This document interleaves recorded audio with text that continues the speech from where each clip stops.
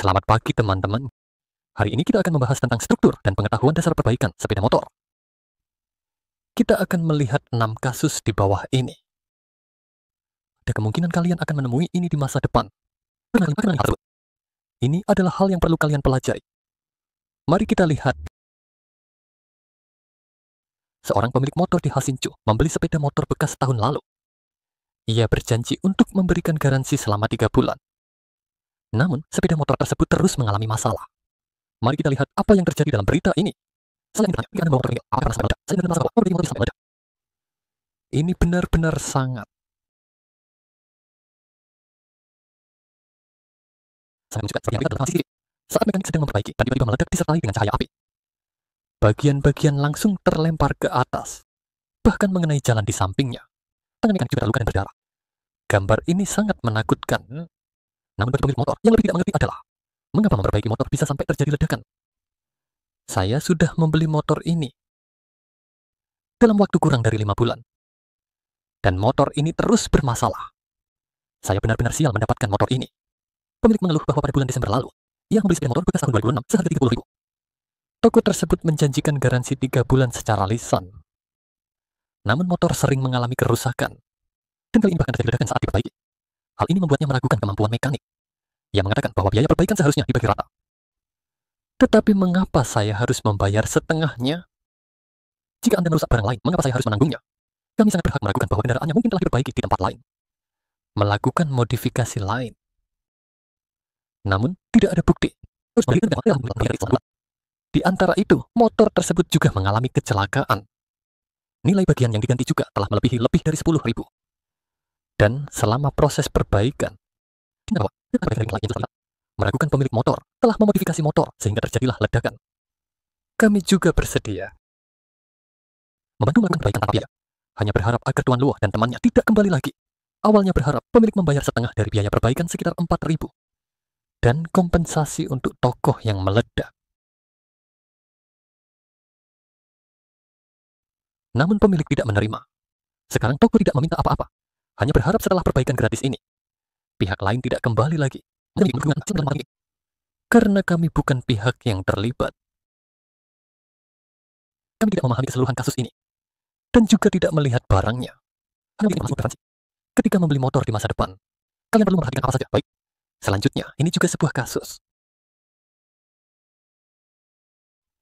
Judulnya apa di sini? Perbaikan sepeda motor mencapai 68.000. Dengan 27.000 Anda bisa membeli motor baru. Benar bukan? Yang tidak Anda lakukan. Mari kita lihat. Dengan uang itu bisa membeli motor baru dengan tipe yang sama. Namun setelah itu pemilik kendaraan lain ganti rugi 17.000. Kemudian muncul estimasi biaya sebesar 68.000. Meminta mahasiswa tersebut membayar tambahan 20.000. Mahasiswa itu merasa tidak adil, sehingga menolak untuk membayar. Ini tidak bisa. Mengapa harus memperbaiki transmisinya? Dengan ini, menganggapnya tidak adil. Ada 13 item. Tahun ini biayanya 6.850. Dengan harga ini bisa membeli motor baru dengan tipe yang sama. Saya rasa ini tidak rasional. Mahasiswa tersebut menabrak bagian belakang kanan mobil di depannya. Mobil itu berbagi kiri saat itu ada 2 orang yang melihat. Plat nomor knalpot, lampu belakang, dan mobil kendaraan mengalami kerusakan awal. Namun mereka tidak melapor ke polisi dan ingin menyelesaikan secara pribadi. Namun, pemilik yang tertabrak mulai menuntut mahasiswa tersebut untuk 2 kali perbaikan, termasuk penggantian knalpot dan 8 item lainnya. Mahasiswa tersebut mengakui dan membayar 17.200, tetapi estimasi biaya 64.000 ini. Jika ingin perbaikan sebesar itu, mungkin kendaraan sudah hancur total. Lebih baik membeli motor baru saja. Memperhatikan bodinya. Dan knalpotnya saya sampaikan tidak melapor ke polisi. Ini adalah kesalahan saya. Sebelumnya, pihak lain terus mengirim foto perbaikan, membuktikan bahwa mereka telah mengganti mesin. Pihak lain mengirimkan foto perbaikan secara bertahap, membuktikan bahwa mereka sudah mengganti mesin. Dia berbicara dengan sangat berani. Pemilik mobil memberitahu mahasiswa laki-laki, karena kebocoran oli mesin menyebabkan kerusakan. Perkiraan biaya perbaikan sebesar 60 yuan. Memintanya untuk membayar 20.000. Netizen berkata, kali ini sekalian modifikasi. Memodifikasi mesinnya sendiri, mencari orang untuk membayar. Dia berkata, karena oli bocor ke bawah. Mengakibatkan dia. Apa itu mengakibatkan dia sudah menyusut?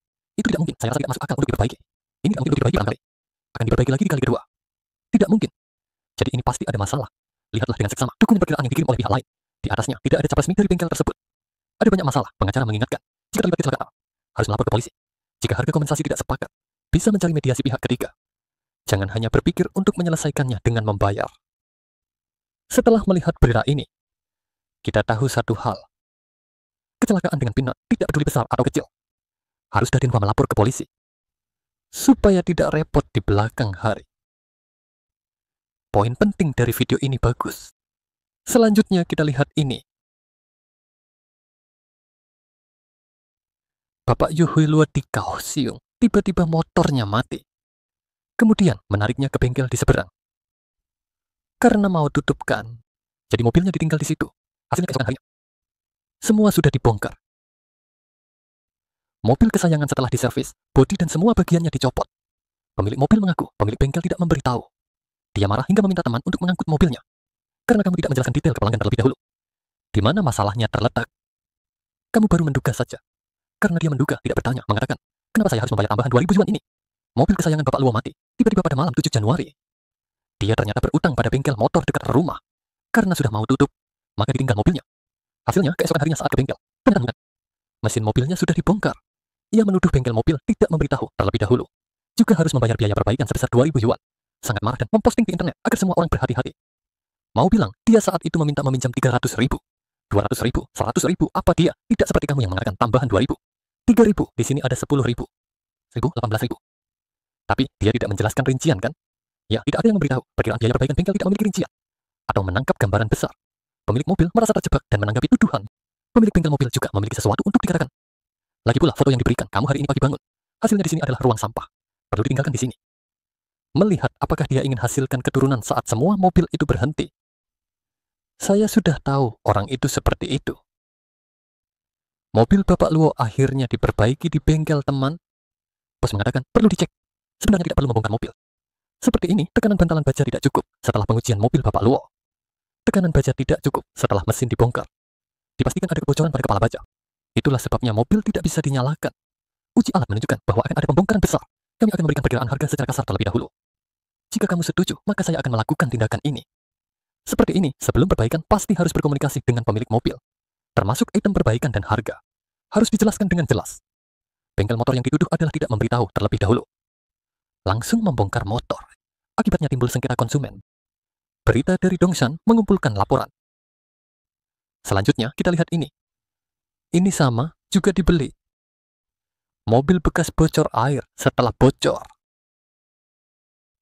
Mengganti suku cadang menghabiskan lebih dari 90.000. Namun mobilnya masih tidak bisa digunakan. Jadi hasilnya, apa kejadiannya? Masih menuduh pemilik mobil ada niat jahat. Untuk beberapa puluh ribu ini, harus menghabiskan lebih banyak waktu untuk menangani. Apakah itu sepadan? Itu tergantung pada kalian. Mari kita cari tahu. Situasi detailnya bagaimana? Sama, kami tidak menyatakan siapa yang benar, siapa yang salah, karena kami bukan pihak yang terlibat, karena ada beberapa detail. Semua orang hanya mengatakan sisi baiknya, tidak berbicara tentang sisi buruknya. Banyak hal juga sama. Ini juga harus mengingatkan semua peserta. Di kemudian hari, saat kalian melihat hal-hal, mendengarkan hal-hal, harus mendengar dari kedua sisi. Mari kita lihat. Yang terakhir, cukup sampai di sini. Sang ksatria kali ini menggigil. Knalpotnya mengeluarkan asap putih banyak, kadang mobil bisa menyala. Terkadang tidak bisa dan mengalami kerusakan lagi. Pemilik mobil sudah tidak sabar, karena ini sudah kali N-nya yang mengirim untuk diperbaiki. Di bengkel yang sama, perbaikan berulang. Dia menuduh mobilnya masih bermasalah. Saya dari akhir Februari sampai sekarang, sekitar pertengahan Mei.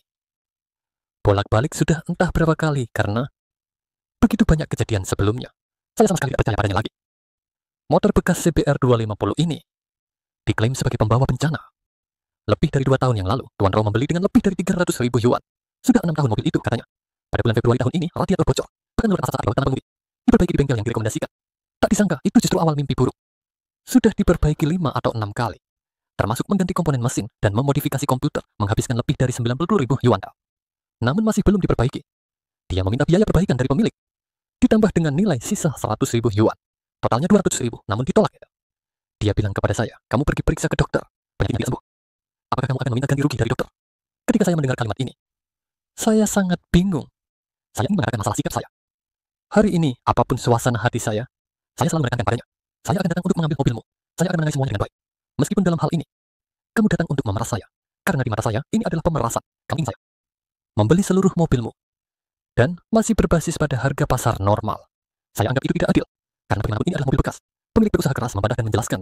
Setiap kali Tuan Rao melaporkan masalah mobil, selalu dibawa kembali untuk dibongkar dan diperiksa. Pemilik telah menjalankan bengkel mobil di Kaohsiung selama 5 atau 6 tahun. Juga membentuk tim untuk pelatihan. Dalam kompetisi, sangat percaya diri dalam hal keahlian sepeda motor besar. Kedua belah pihak sekali lagi negosiasi buntu. Selanjutnya mungkin harus berurusan di pengadilan, membiarkan pihak ketiga yang adil menilai benar atau salah. Baiklah, akhirnya mari kita lihat. Ini lebih menarik. Membeli sepeda motor jenis langka. Dan hasilnya tertimpa pohon. Biaya perbaikan mencapai 120.000, sementara ganti rugi negara hanya 10.000. Sebenarnya mengapa dia mengawasi sampai selesai? Ini juga menyangkut masa depan kalian. Jika suatu saat mobilnya bermasalah, cara klaim asuransi. Banyak komentar di bawahnya. Kalian juga bisa melihatnya. Baiklah, mari kita tonton video ini. Hujan deras mengguyur. Sepeda motor yang diparkir di garis merah ditimpa. Rangka bengkok sepeda motor mengalami kerusakan parah. Lantai basah penuh serpihan batu. Daun jatuh, bahkan kabel listrik juga hancur. Memengaruhi lalu lintas. Pemilik mobil bekerja di dekat situ. Memarkir sepeda motor di tepi jalan. Setelah kerja melihat keadaan ini, mobilnya hancur berantakan. Menjadi besi tua, sangat menyedihkannya. Kendaraan sepeda motor adalah edisi terbatas impor dari Prancis. Pemilik menyatakan kurang dari 100 unit di seluruh Taiwan. Sangat berharga dan langka. Namun pengajuan ganti rugi negara hanya 10.000. Lokasi kecelakaan tepatnya di dekat Zhonghua Road di area pegunungan Hasinchu. Meskipun karena hujan, pekerjaan jalan di tepi jalan dihentikan. Namun pemilik dengan marah mengecam pohon besar ini tidak stabil, sehingga jatuh dan menimpa sepeda motor. Setelah taksiran di bengkel, biaya perbaikan total mencapai hampir 120.000. Sudah lebih dari sebulan sejak kecelakaan itu. Tes kendaraan bekas setidaknya sudah 90.000. Namun asuransi lokasi hanya membayar satu bagian dari 10. Kendaraan ini sangat langka di Taiwan. Ini adalah jenis mobil langka. Oleh karena itu, membeli jenis mobil ini, perbaikan di masa depan akan sangat tidak nyaman. Dan sangat mahal untuk mobil ini. Karena itu adalah impor. Jadi semua bagiannya harus diimpor dari luar negeri. Jika diimpor dari luar negeri, ada banyak biaya cukai dan biaya pengiriman. Terkait semua itu, ketika sampai di Taiwan, tentu saja biaya perbaikan akan mahal. Pemilik mobil merasa dirinya tidak bersalah. Sungguh, sebuah mobil edisi terbatas A. Biasanya dirawat dan dipoles secara berkala. Belum pernah mengalami kecelakaan. Kini menghadapi musibah tak terduga. Harus mengeluarkan biaya perbaikan sendiri. Saat kejadian, penyedia melakukan prosedur material asli. Namun karena hujan deras dan angin kencang di malam hari menyebabkan pohon tumbang, perusahaan asuransi awalnya memperkirakan jumlah ganti rugi sekitar 10.000 lebih. Penyebab utamanya adalah sepeda motor ini sudah berumur 7 tahun. Namun pemilik kendaraan beranggapan harga awal sepeda motor lebih dari 120.000. Namun biaya perbaikan mencapai lebih dari 120.000. Oleh karena itu, dia meminta ganti rugi untuk harga sebuah kendaraan baru. Saat ini perusahaan asuransi tak bingung. Pemilik kendaraan masih bernegosiasi. Kedua pihak belum mencapai kesepakatan. Periksa sepeda motor sebelum pergi. Kenakan pelindung untuk menjaga keselamatan. Periksa helm, periksa perlindungan angin. Periksa semua fungsi motor sudah oke. Bahu rileks, telapak kaki datar. Lutut dibengkokkan secara alami. Mengendarai sepeda motor sangat mudah. Ingat berhenti di lampu merah, putar di area berhenti. Ikuti 2 tahap belok kiri. Patuhi peraturan lalu lintas, berjalan bagi pejalan kaki, jangan melanggar kecepatan, jangan mengemudi sambil mabuk. Mobil yang bahagia berkendara dengan aman. Hmm, hmm, hmm. Hmm.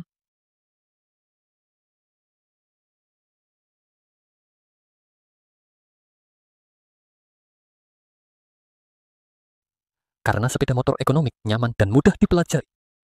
Sepeda motor dapat dilihat di mana-mana di Taiwan. Namun, karena mudahnya berkendara, pengendara sering mengabaikan cara berkendara yang benar dan meningkatkan risiko. Sepeda motor tidak seperti mobil yang memiliki bodi yang keras. Jadi, pengendara dan kendaraan mudah terpengaruh oleh lingkungan luar. Seperti angin kencang, hujan, atau kondisi jalan yang buruk. Semua itu dapat menurunkan stabilitas sepeda motor. Kemungkinan kecelakaan juga meningkat. Begitu terjadi kecelakaan, pengendara sering menghadapi konsekuensi serius akibat dampak langsung. Banyak kecelakaan sepeda motor terjadi karena pelanggaran oleh pengendara, seperti melanggar lampu merah, mengemudi melawan arah untuk menjaga jarak aman, mencuri kecepatan. Perilaku yang melanggar peraturan lalu lintas ini sering menyebabkan akibat yang tidak terbayangkan. Dalam 2 tahun terakhir di daerah Taiwan, rata-rata sekitar 400 kejadian kecelakaan lalu lintas terjadi setiap hari dengan korban luka atau kematian. Di antaranya, sekitar 20 orang terluka akibat kecelakaan lalu lintas setiap hari.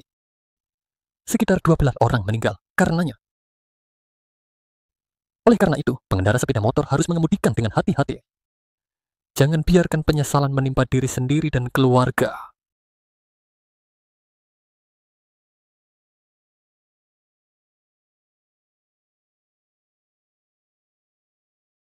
Setiap pengendara harus membiasakan diri untuk merawat sepeda motor dan memeriksa sebelum berkendara, agar dapat mendeteksi masalah lebih awal dan melakukan perbaikan lebih cepat untuk mencegah terjadinya kecelakaan.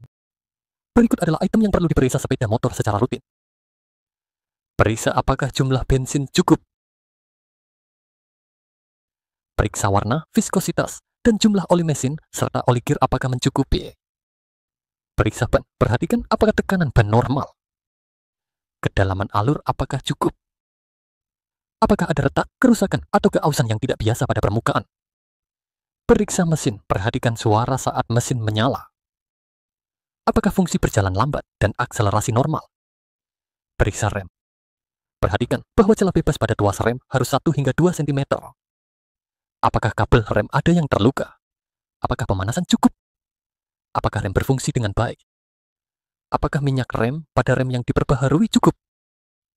Periksa lampu, perhatian pada lampu utama, lampu sen, lampu rem, dan fungsi lampu sorot.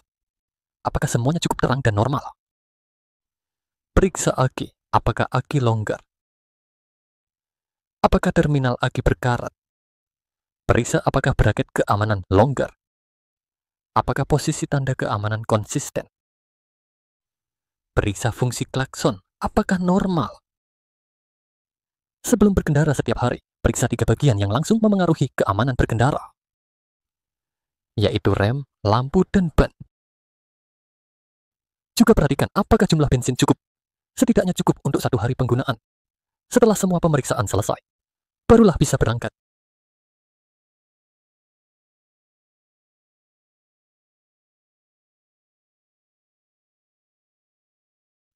Karena semakin tinggi kecerahan warna pakaian, semakin meningkatkan keterbacaan pengendara. Maka, pengendara harus mengenakan pakaian berwarna cerah, seperti warna putih, merah muda, kuning, dan sebagainya.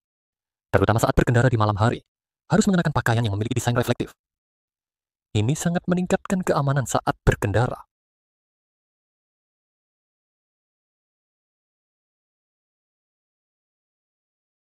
Pengendara saat mengendarai sepeda motor harus mengenakan helm keselamatan, sarung tangan pelindung, dan sepatu yang menutupi seluruhnya. Saat membeli helm keselamatan, pilihlah helm yang memiliki fungsi menyerap benturan dan memiliki stiker verifikasi atau tanda kelayakan. Jangan menggunakan helm yang sudah mengalami benturan berat. Helm yang sudah kehilangan fungsi perlindungannya. Juga tidak boleh untuk alasan ventilasi, menghapus lapisan dalamnya. Setelah mengenakan helm dan mengaitkan pengait, harus ada ruang cukup untuk 1 jari antara tali helm dan dagu. Jika terlalu ketat, kepala akan merasa tidak nyaman. Jika terlalu longgar, helm bisa terlepas saat terjadi kecelakaan, meningkatkan risiko cedera kepala.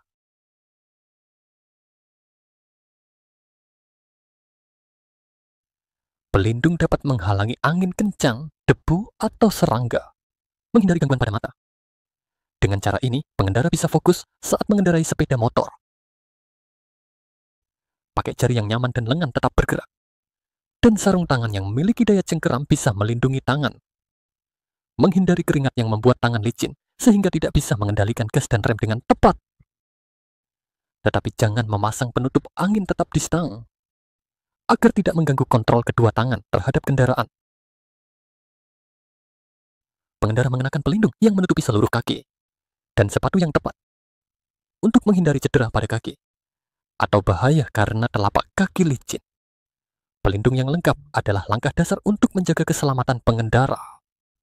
Ketika mengendarai sepeda motor, kita harus mengenakan perlindungan yang lengkap.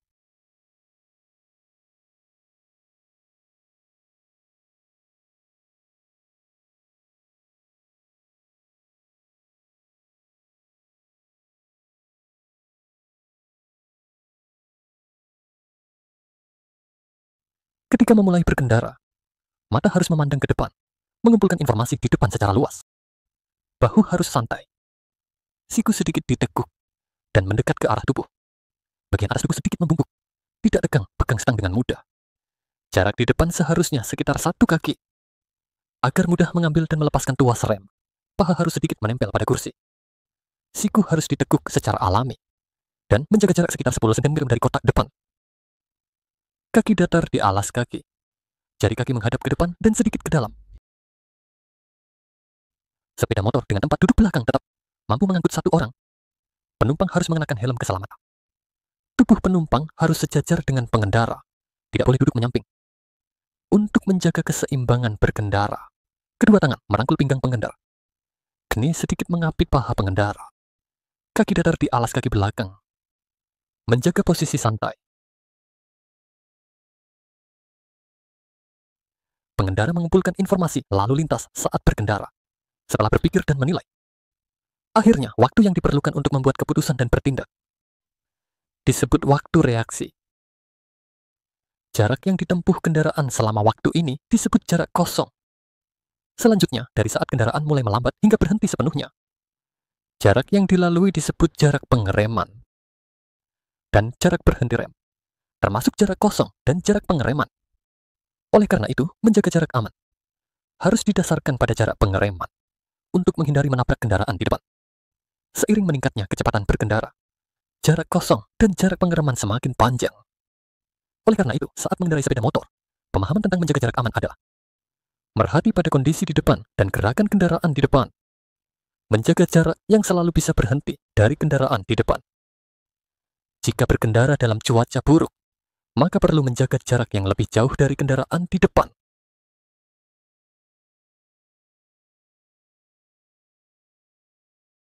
Cara pengereman yang benar adalah dengan mengembalikan gas, yaitu mengembalikan throttle ke kondisi tidak akselerasi. Melakukan pengereman mesin, dan secara bersamaan menggunakan rem depan dan belakang. Meningkatkan kekuatan rem secara bertahap, hingga kendaraan berhenti. Jika menghadapi situasi khusus, perlu pengereman darurat, harus segera mengembalikan gas, dan sekaligus menggunakan rem depan dan belakang. Menyelesaikan tindakan pengereman sekaligus, dan menjaga kendaraan dalam keadaan stabil. Tidak boleh mengunci roda, untuk menghindari kendaraan meluncur dan kehilangan kendali. Jika terjadi selip, kurangi kekuatan pengereman, hingga roda kembali berputar, baru bisa mengendalikan kendaraan lagi. Cara pengereman juga harus disesuaikan dengan lingkungan luar, seperti jenis permukaan jalan. Kondisi cuaca akan mempengaruhi operasional serta efektivitas pengereman. Berkendara di tanjakan atau jalan licin, manfaatnya adalah fokus pada rem belakang. Rem depan sebagai tambahan, sementara di turunan atau jalan kering. Demikian pula rem depan sebagai fokus, rem belakang sebagai tambahan. Ketika mempercepat, perlahan-lahan putar stang, agar kecepatan bertambah dengan stabil. Jika ingin melambat, kendurkan gas untuk mengatur kecepatan. Gunakan rem jika perlu. Jangan sekali-kali mempercepat terlalu cepat. Juga tidak boleh melakukan perilaku kebut-kebutan. Melanggar ketentuan berkendara selalu menjadi salah satu penyebab utama kecelakaan lalu lintas. Oleh karena itu, tidak perlu. Sebaiknya tidak melakukan cauce. Jika ingin cauce, pastikan Anda memiliki kepastian. Nyalakan lampu arah terlebih dahulu untuk memberitahu kendaraan lain.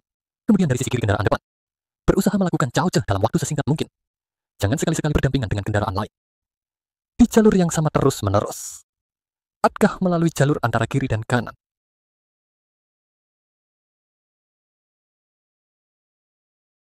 Kendaraan saat melaju di tikungan akan mengalami gaya sentrifugal karena pengaruh inersia. Oleh karena itu, pengendara dan kendaraan harus miring dengan tepat.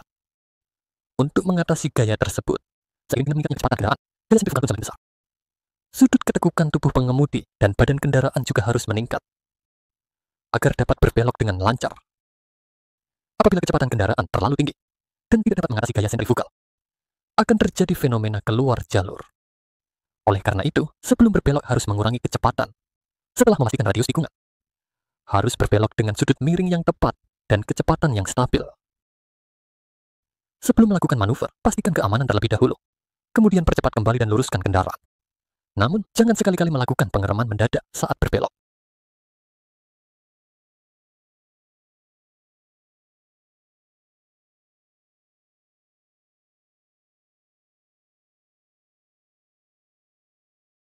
Saat berkendara di hari hujan karena koefisien gesekan jalan berkurang, kendaraan lebih mudah tergelincir dan jarak pengereman juga akan meningkat.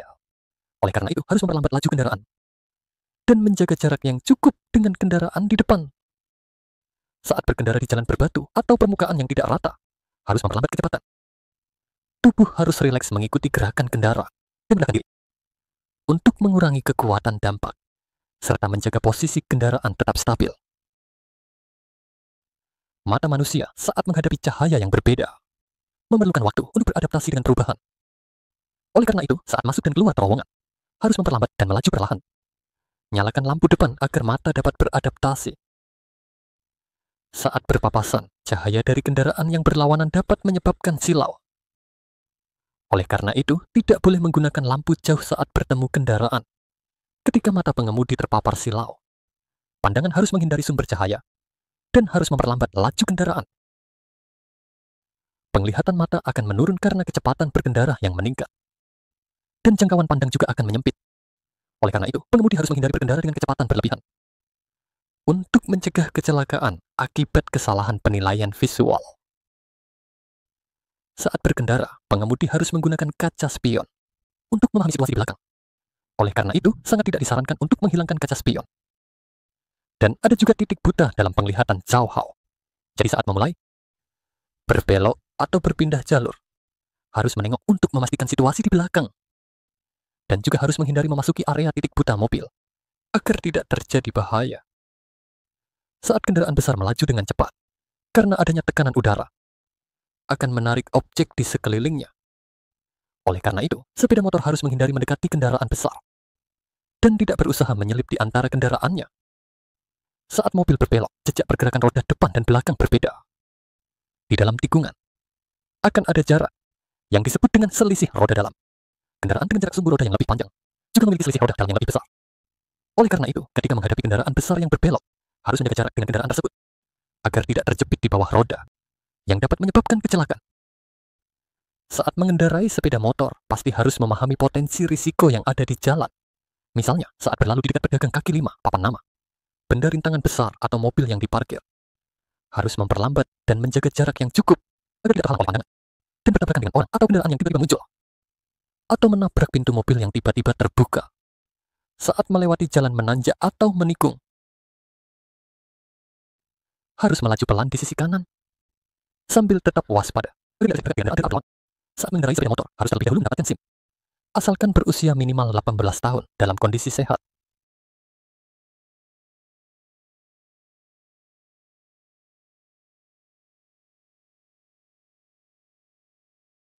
Dan lulus ujian dari mata pelajaran yang relevan.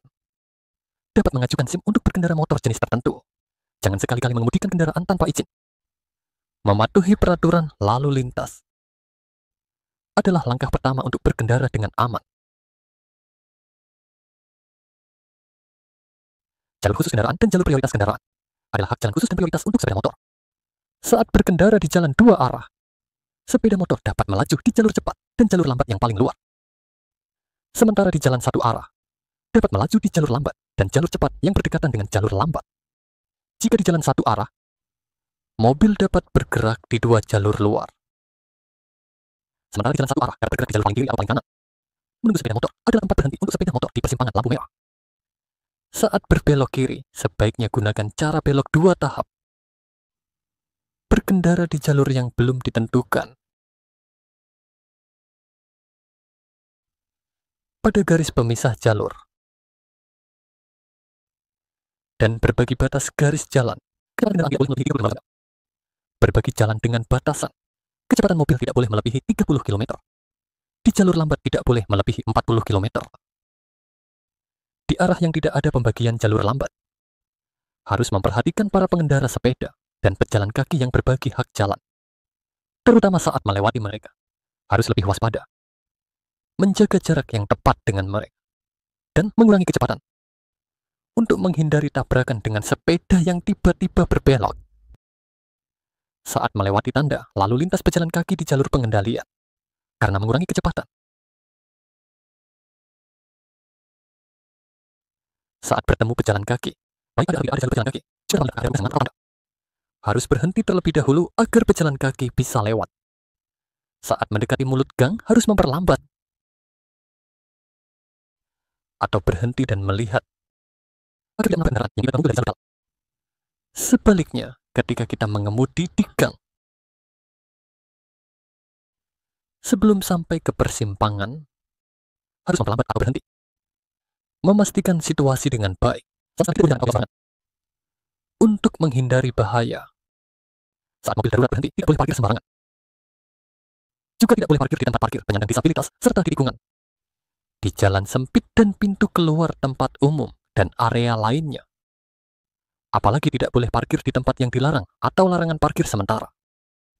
Ketika kendaraan melaju, pengemudi tidak boleh menggunakan telepon seluler. Tidak menghabiskan waktu lama mengemudi dengan cara zigzag di jalan. Atau hanya menggunakan roda belakang.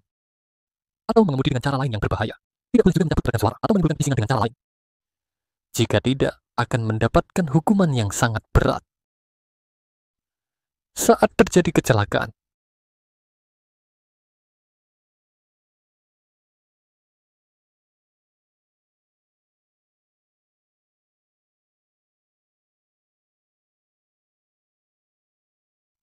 pengemudi harus tetap tenang jika hanya terjadi goresan ringan. Harus memindahkan kendaraan ke pinggir jalan dan secepatnya mencapai penyelesaian dengan pihak lain. Saat terjadi kecelakaan yang serius, pertama, gunakan barang di lokasi untuk memasang tanda peringatan dan hubungi polisi di nomor 100 Sudarsono. Dalam telepon, harus menjelaskan lokasi kecelakaan, waktu, jenis kendaraan dan kondisi korban dengan jelas. Jika tidak ada yang meninggal, dapat menggunakan barang yang memiliki fungsi penanda untuk menggambar garis, menentukan posisi ban sepeda dan kemudi. Akhirnya, pindahkan kendaraan ke sisi jalan. Menunggu kedatangan polisi. Jika ada yang terluka atau meninggal, harus segera memberikan pertolongan kepada yang terluka atau hubungi 119 untuk meminta bantuan. Namun tidak boleh sembarangan memindahkan kendaraan yang terlibat dan dijemput di lokasi. Hanya jika menyebabkan luka dan semua pihak setuju, baru boleh memindahkan kendaraan ke tepi jalan. Ketika polisi menangani kasus tersebut, harus memastikan catatan yang relevan apakah benar. Baru boleh menandatangani untuk menjaga hak-hak sendiri. Dalam kasus kecelakaan, sebaiknya pihak yang terlibat melaporkan secara langsung atau melalui online. Sama sekali tidak boleh larang meninggalkan lokasi. Jika tidak, akan dikenakan sanksi pencabutan izin mengemudi atau sanksi pidana. Mematuhi 5 prinsip keamanan berkendara. Mengangkat kepala dan melihat jauh, memperbesar jarak aman. Memperluas penglihatan dan mengawasi dinamika di kedua sisi. Membiarkan mata bergerak, mengamati lingkungan sekitar. Mengukur lingkungan dan menyediakan jalur aman. Menguji fakta dan meramalkan arah berkendara. Dan mematuhi peraturan. Berkendara dengan aman itu yang terpenting. Jangan lupa periksa kendaraan dan gunakan pelindung. Menjauhi kecelakaan yang berbahaya. Aman dan pulang dengan selamat. Setelah menonton video ini,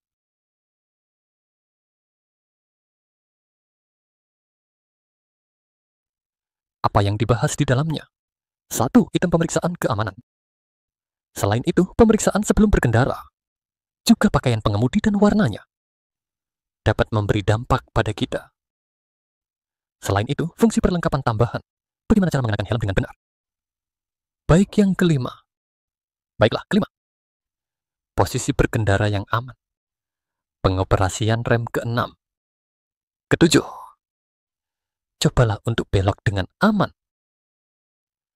Bahaya potensial dan langkah tanggap. Kesembilan. Beberapa peraturan mengemudi. Terakhir, mengenai penanganan kecelakaan. Semoga semua siswa setelah menonton video ini dapat mengingatnya dengan baik. Baik, sekarang mari kita lihat sengketa ini. Mari kita sedikit memahami, menganalisa sedikit. Dia baru saja selesai mengganti ban. Tak lama setelah itu, dia kembali mengatakan bahwa roda belakangnya mengeluarkan suara aneh. Untuk mencari tahu penyebabnya, mekanik di bengkel membongkar ban untuk diperiksa. Yang suara aneh berasal dari belakang mobil. Itu adalah bagian dari plat tugas tutup transmisi. Akibat pelumas yang sudah tua, mungkin biasanya kita merawatnya.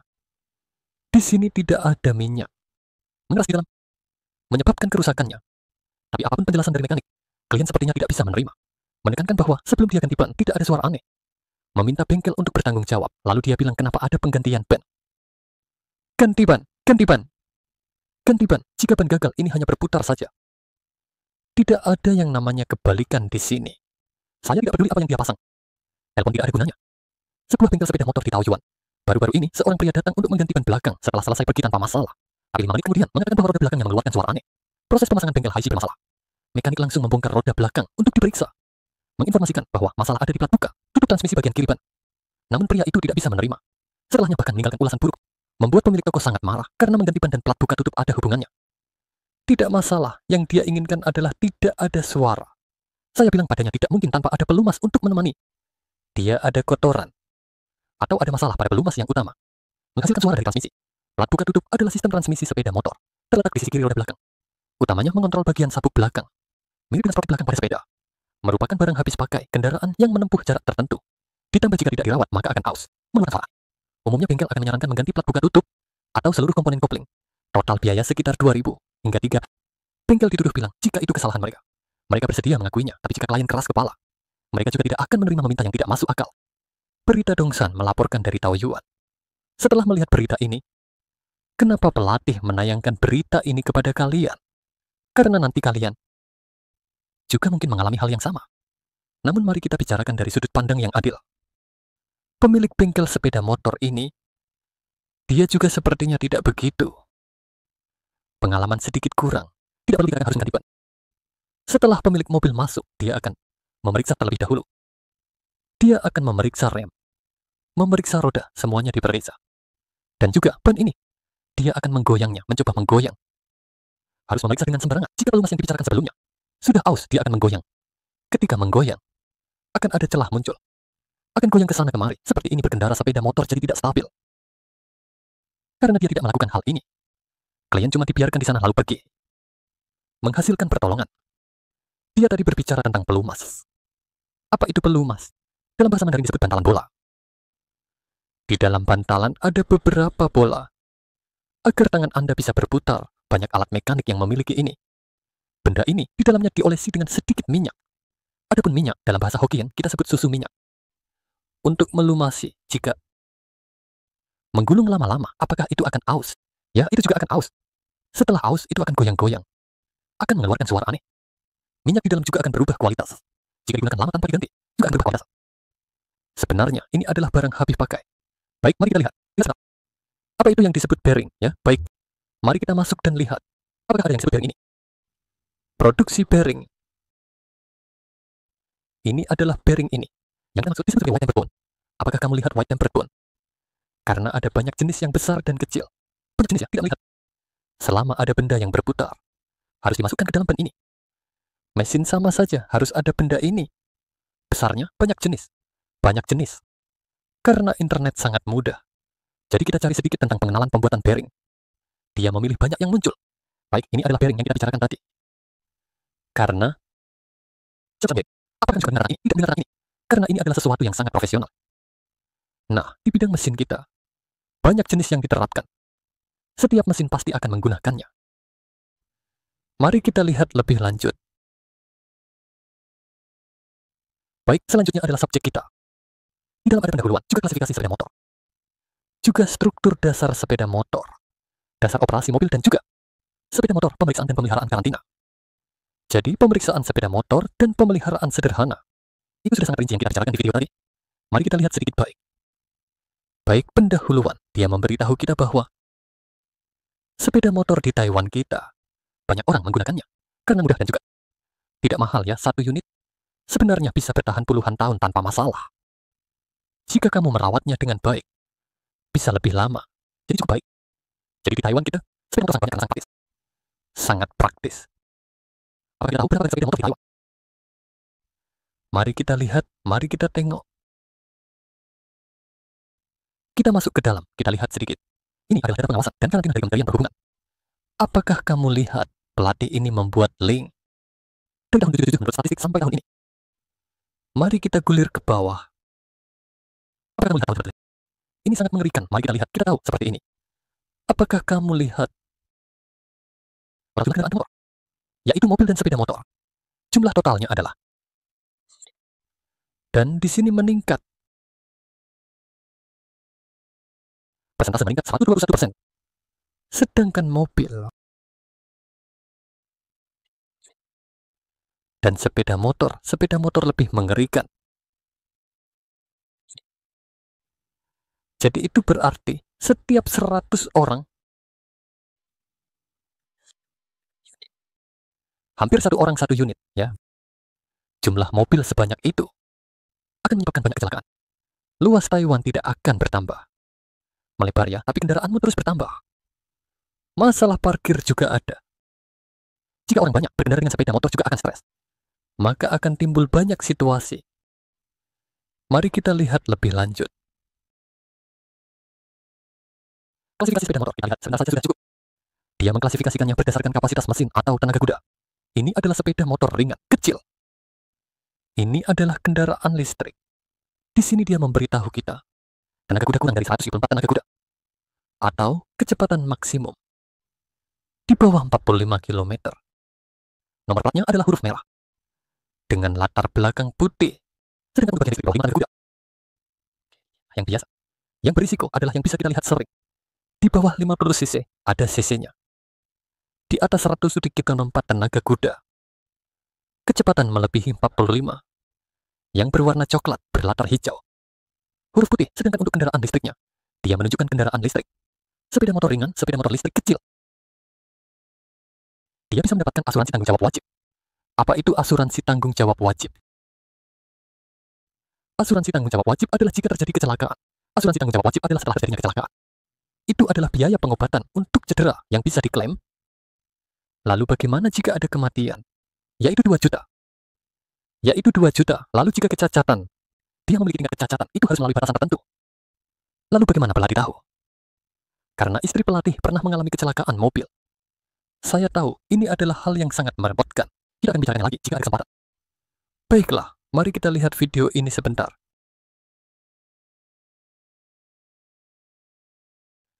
Sayang, mari kita ganti ke sepeda listrik. Tidak perlu mengajukan izin. Tidak, informasi kamu sudah ketinggalan zaman.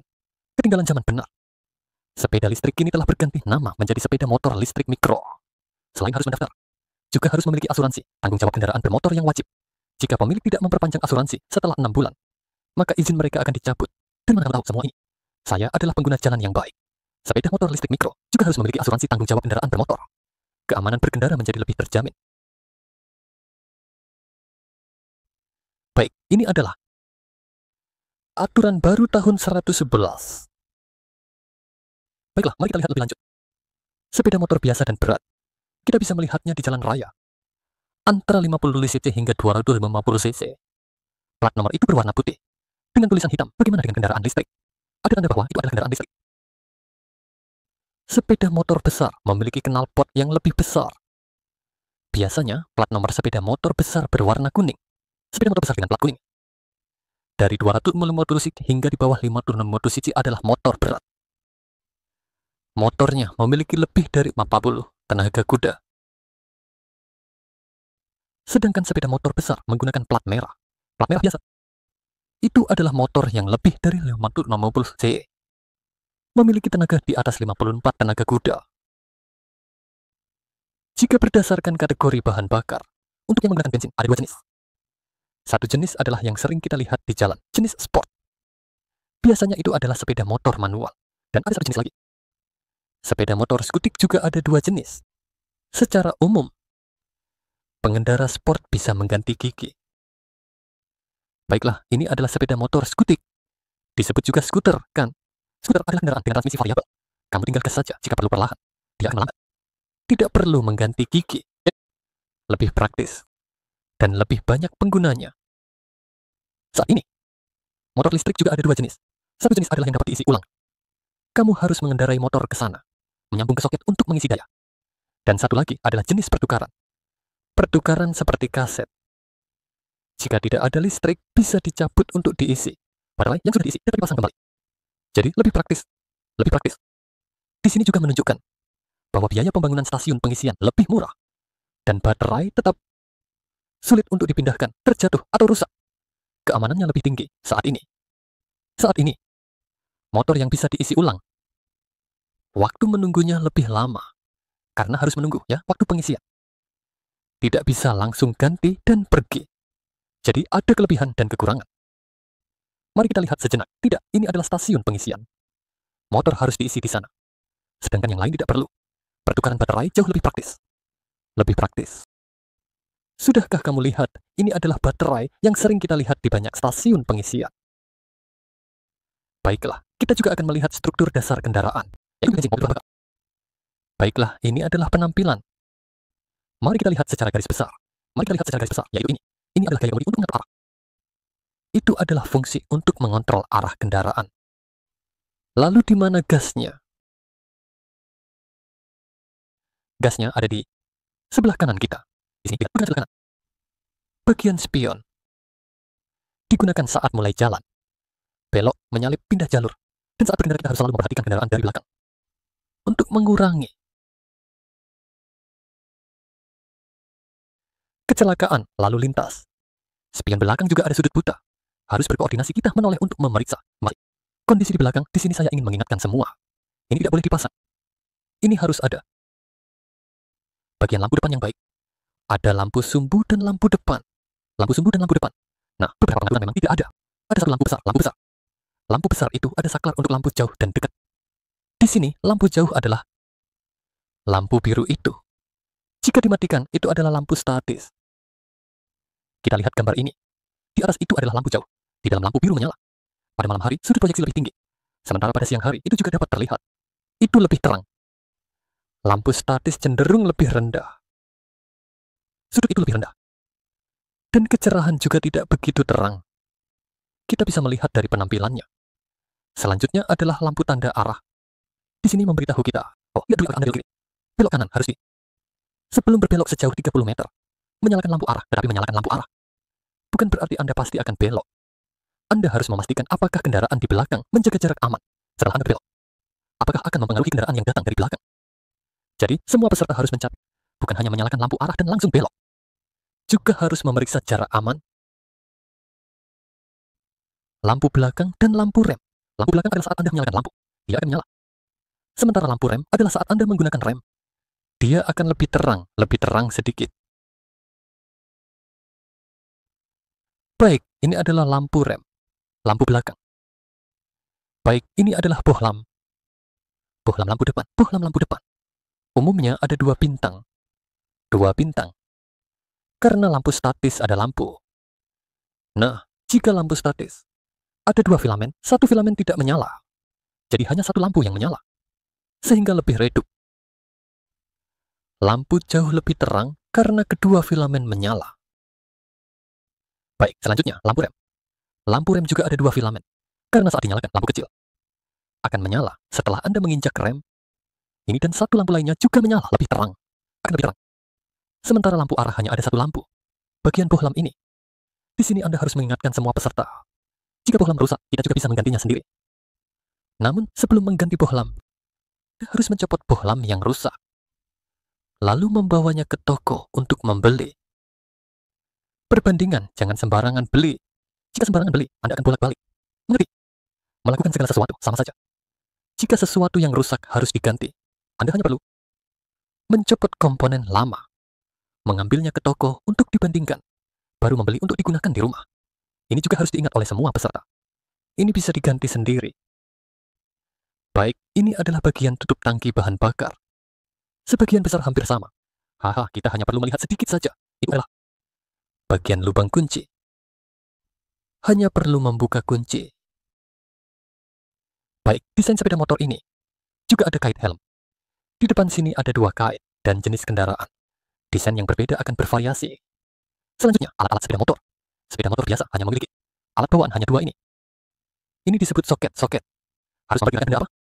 Untuk membongkar busi, yaitu pengapian. Busi itu, dan ini adalah alat ini, yaitu obeng datar. Juga ada obeng silang. Hanya 2 alat ini. Baik, ini adalah pemeriksaan busi. Sedikit paham sudah cukup. Kenapa? Karena kita tidak perlu membongkar. Benda ini diserahkan ke bengkel untuk membongkar. Jika bisa membongkar sampai melihat busi, harus membongkar bagian luar. Nah, jika kamu membongkar bagian luar, kamu tidak akan bisa membongkar nanti. Kamu tidak bisa memasangnya kembali. Jadi kita cukup tahu saja. Saya tidak menyarankan kalian, para siswa, untuk menentukan apakah ini baik atau tidak. Baiklah, jadi selanjutnya kita lihat. Ini adalah berita, dia bilang. Aki, sabuk, busi. 3 komponen yang sering merugikan. Mari kita lihat apa yang dia katakan. Apa manfaatnya bagi kita? Apa saja yang paling sering dirugikan? Yaitu busi di dalam motor. Terkadang hanya karena hujan. Basah. Sebenarnya masih bisa digunakan. Atau aki sebenarnya masih bisa diisi ulang. Atau sabuk ini hanya sedikit retak. Dan juga ban, jika tertusuk sebenarnya masih bisa diperbaiki, tapi umumnya pelanggan. Karena tidak bisa membedakan baik dan buruk. Banyak montir mobil akan bilang berdasarkan pengalaman mereka.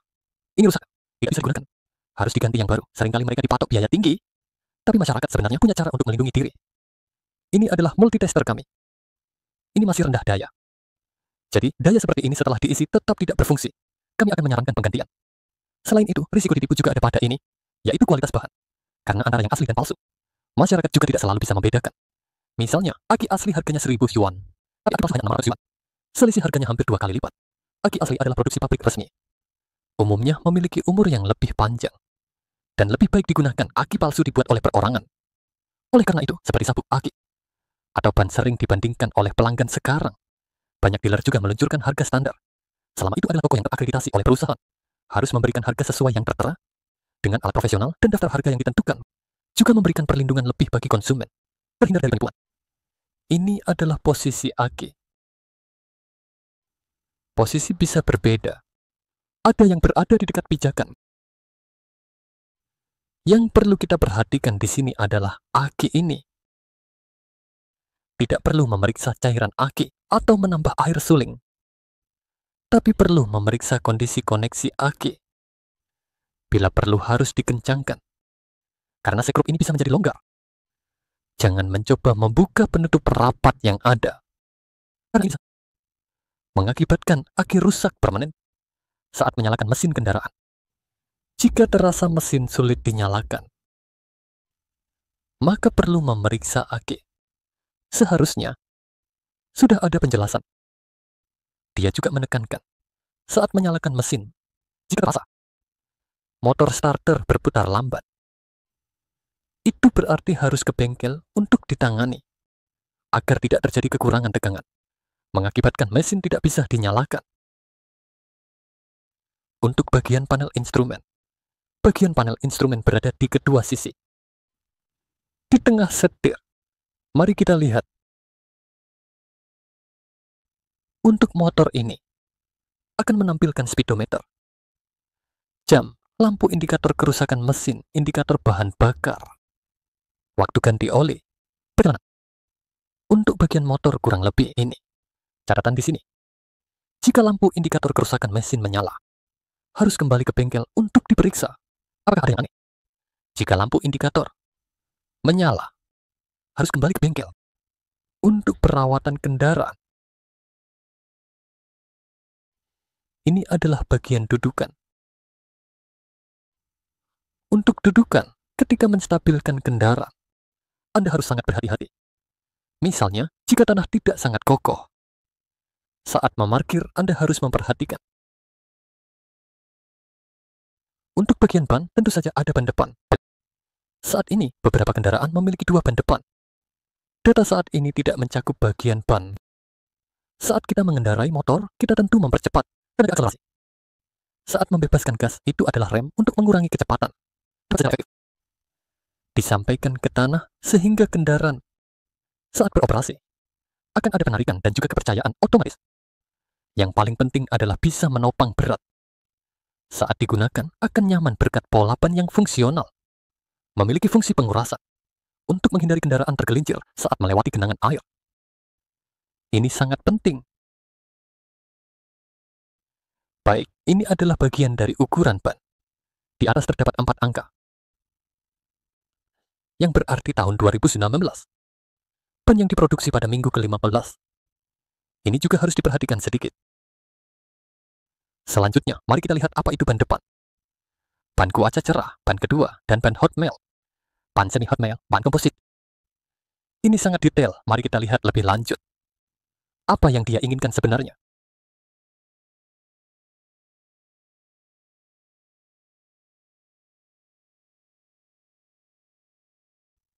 Wow, Sepertinya ban belakangnya bocor. Segera bawa ke bengkel motor. Tunjukkan kepada bos. Ayah, sepertinya ban saya bocor. Ya, saya akan memeriksanya untukmu.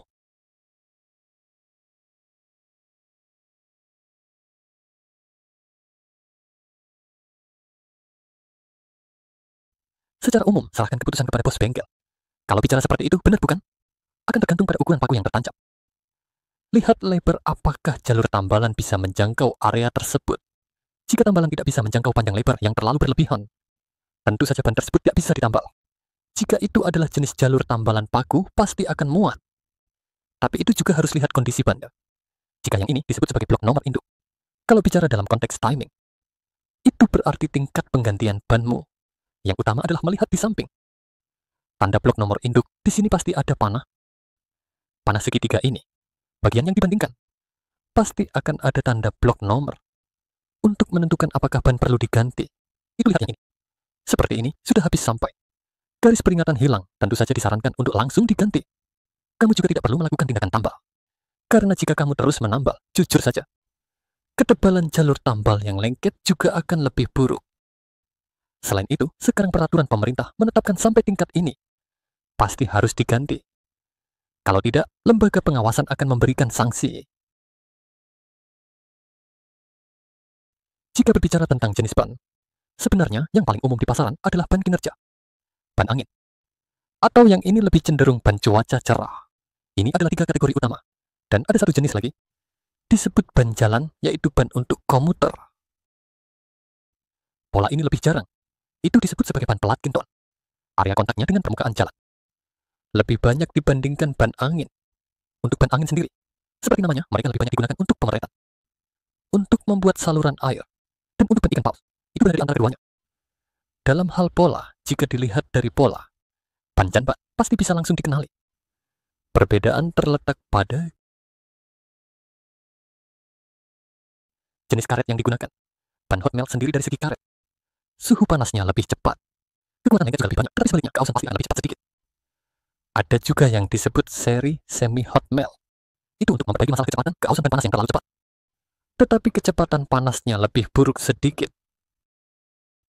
Selain itu, ada satu jenis dengan bahan ban komposit. Itu lebih tahan lama. Di sisi samping, lebih mirip karet ban hot melt. Memungkinkan untuk mencari nomor tengah dengan sangat lambat. Tetapi sisi tersebut juga memiliki daya cengkeram tertentu. Cocok untuk berkendara lebih agresif. Atau saat berkendara di jalan berbukit. Dalam hal ini, mereka biasanya memilih ban hot dragon. Misalnya, jika bicara tentang kelompok komuter, tentu saja mereka menginginkan masa pakai ban lebih lama. Agar biaya lebih sedikit. Dalam kata lain, daya cengkeramnya sedikit lebih rendah. Tapi tahan ausnya akan jauh lebih baik. Jadi jika suka bepergian, naik gunung ke daerah pegunungan bagi pengendara seperti ini, disarankan untuk memakai seri lelong atau seri semi lelong. Agar memiliki cukup daya cengkeram, menghindari saat berbelok. Daya cengkeram ringan yang kurang, memengaruhi keselamatan berkendara. Pertama, di bagian atas ban ini. Di sini terdapat nama tempat produksi. Made in Taiwan, ini buatan Taiwan. Segera lihat ke bawah. Di sini terdapat arah pemasangan yang disebut. Itu adalah perbedaan arah putaran ban. Seperti ban ini adalah ban satu arah. Jadi, saat pemasangan, kamu harus mengarahkannya sesuai dengan arah putaran roda. Di sini akan ada 4 angka. Angka ini, saya yakin banyak orang yang penasaran. Ini disebut tanggal produksi ban. Di belakang tanggal ini, 2 angka 19 mewakili tahun. 2 angka di depan ini mewakili minggu produksi. Dengan kata lain, itu adalah minggu ke-19 tahun 2019. Ban yang diproduksi. Di sini terdapat kode 922. Ini mewakili merek ban ini. Apa modelnya? Di samping, ada yang disebut deretan angka ini. Ini disebut spesifikasi 130. Itu mewakili lebar tapak. Menggunakan mini untuk melakukan perhitungan. Nah, bagian 70. Itu mewakili ketebalan ban. 12 di sini mewakili ukuran ban. Ini disebut ban ukuran 12 inci. Di atas ban ada angka 51 dan L. Mereka masing-masing mewakili kemampuan beban. Atau bagian L. Itu mewakili Artinya dapat menahan kecepatan maksimum.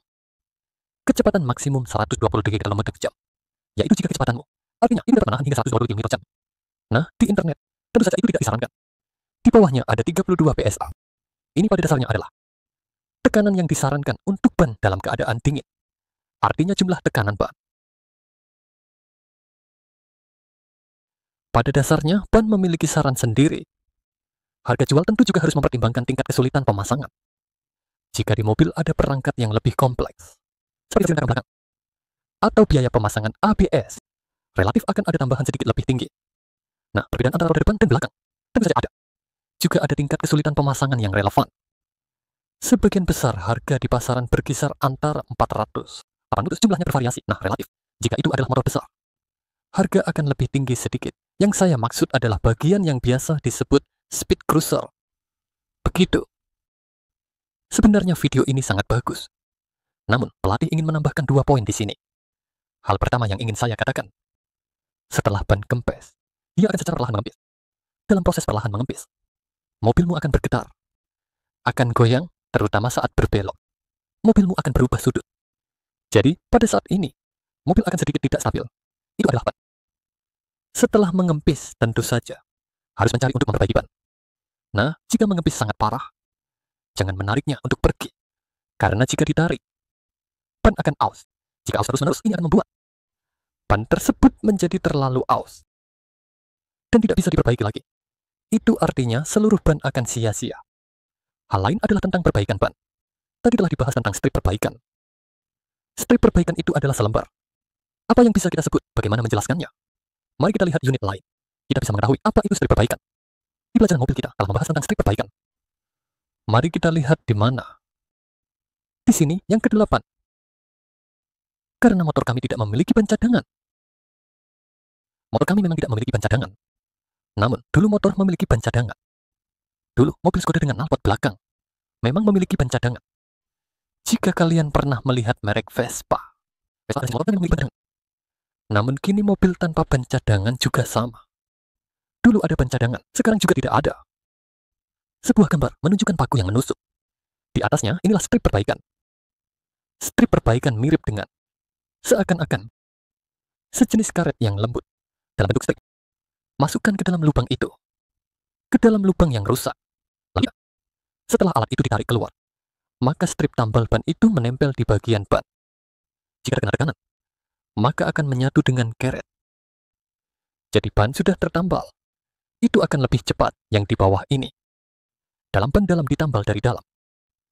Sepertinya karena entahlah, itu ada yang namanya benda aneh itu kan? Harus melepas seluruh ban. Lepas juga pelek, tambal dari dalam. Jadi mana yang lebih baik? Yang di atas ini lebih sederhana. Lebih murah, yang di bawah ini lebih mahal. Karena harus melepas ban. Namun, saya sarankan peserta harus menggunakan cara ini untuk menambal ban. Jangan menggunakan strip tambal. Karena dengan strip tambal, akan ada kemungkinan bocor mungkin setelah 1 minggu. Atau setelah sebulan, kadang-kadang bisa perlahan bocor. Jadi saya sarankan semua orang menggunakan cara di bawah ini. Ditambal dari dalam. Baik, itu tentang ban. Menambah sedikit pengetahuan. Selanjutnya, kita lihat ini. Ini adalah produk yang diluncurkan oleh Michelin. Ia adalah tidak perlu mengisi angin, ya tidak perlu diisi angin. Ban yang tidak perlu diisi angin saat mengemudi. Apakah kamu sudah pernah melihat? Tipe ban baru ini tidak perlu diisi angin. Tentu saja tidak akan bocor. Mobil pengantar pos Prancis perlahan melaju. Sekilas terlihat seperti mobil biasa. Tapi jika diperhatikan, ban tersebut berongga. Ini adalah produk baru dari Michelin, ban bebas udara optis. Michelin telah mulai mengembangkan ban tanpa udara selama beberapa tahun terakhir.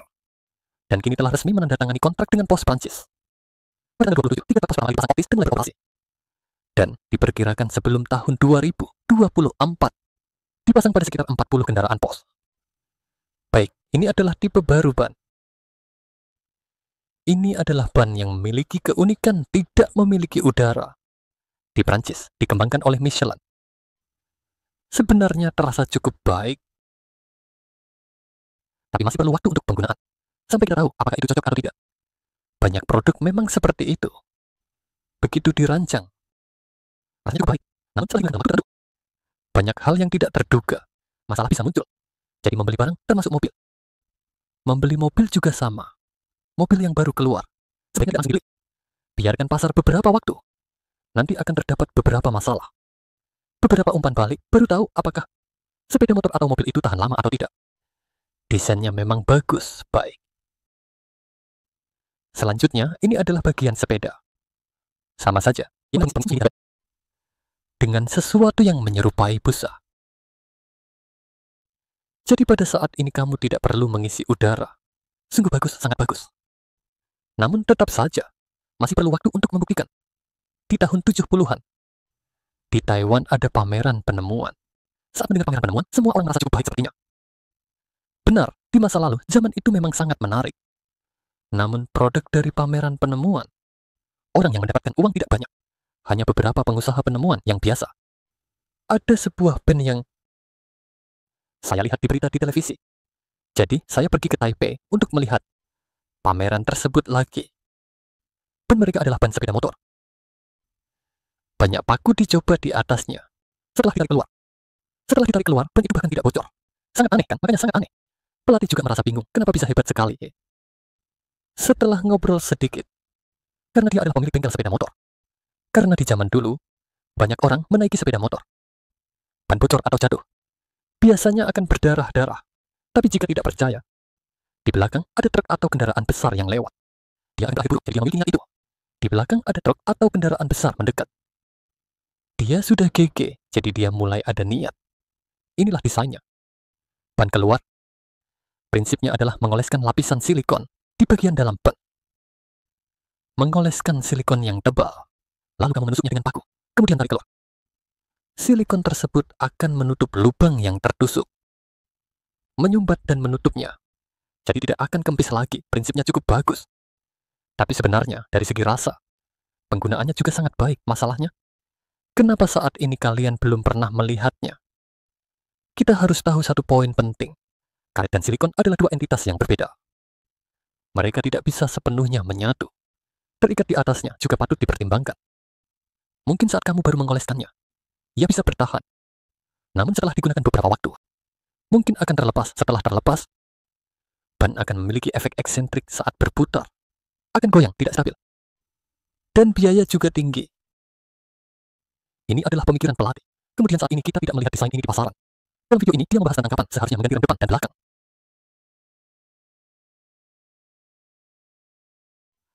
Mari kita lihat ini. Biasanya, berapa lama usia sebuah ban?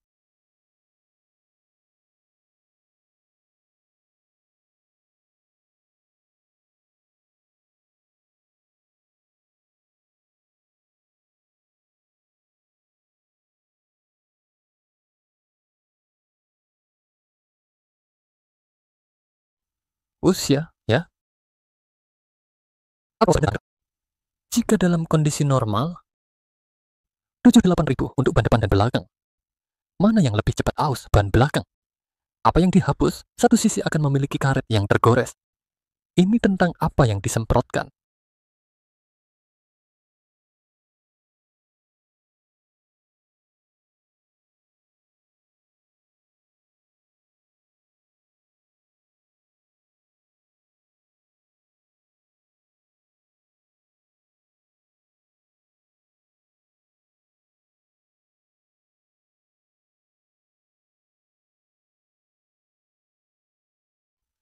Melihat apakah ada sisi ban yang bocor.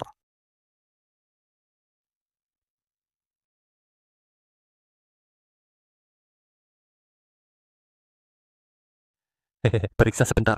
Sekarang kita harus mengganti itu, dan belakang sudah waktunya diganti. Bagaimana cara memeriksanya?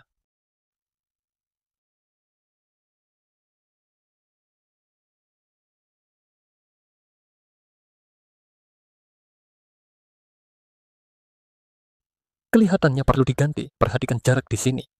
Jaraknya karena setelah dia berputar sepenuhnya, dia sudah hancur, hanya sepanjang ini. Dan ini sudah tertekan sepenuhnya, sudah kencang. Jadi umur rem ini juga tergantung pada penggunaanmu, kan? Setiap orang memiliki kondisi penggunaan yang berbeda. Begitu. Gunting.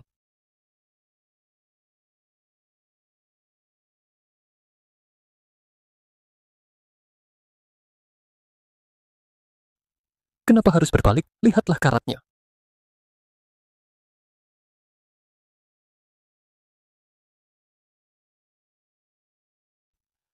Nah, harga total untuk rem depan dan belakang.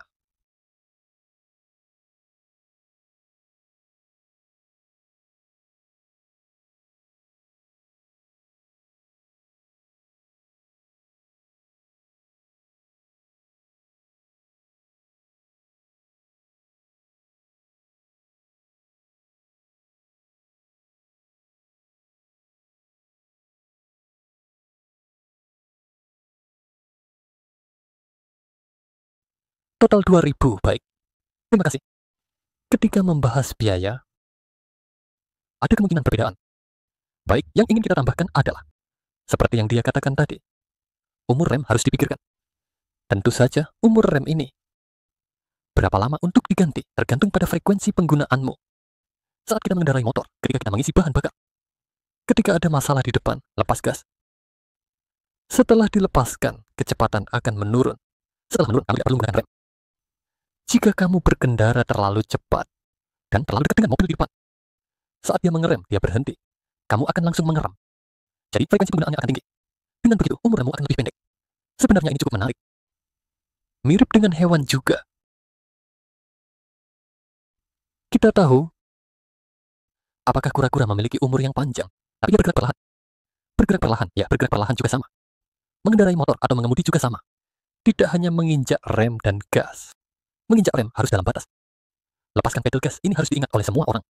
Sekarang kita akan melihat. Ini adalah kendaraan dari Hualien Qingzhou. Ban mobil meledak dan kehilangan kontrol. Tahun lalu terjadi kecelakaan. Mari kita perhatikan. Apa ban tidak? Saya juga tidak mengerti. Saya masa depan, masa depan, masa depan.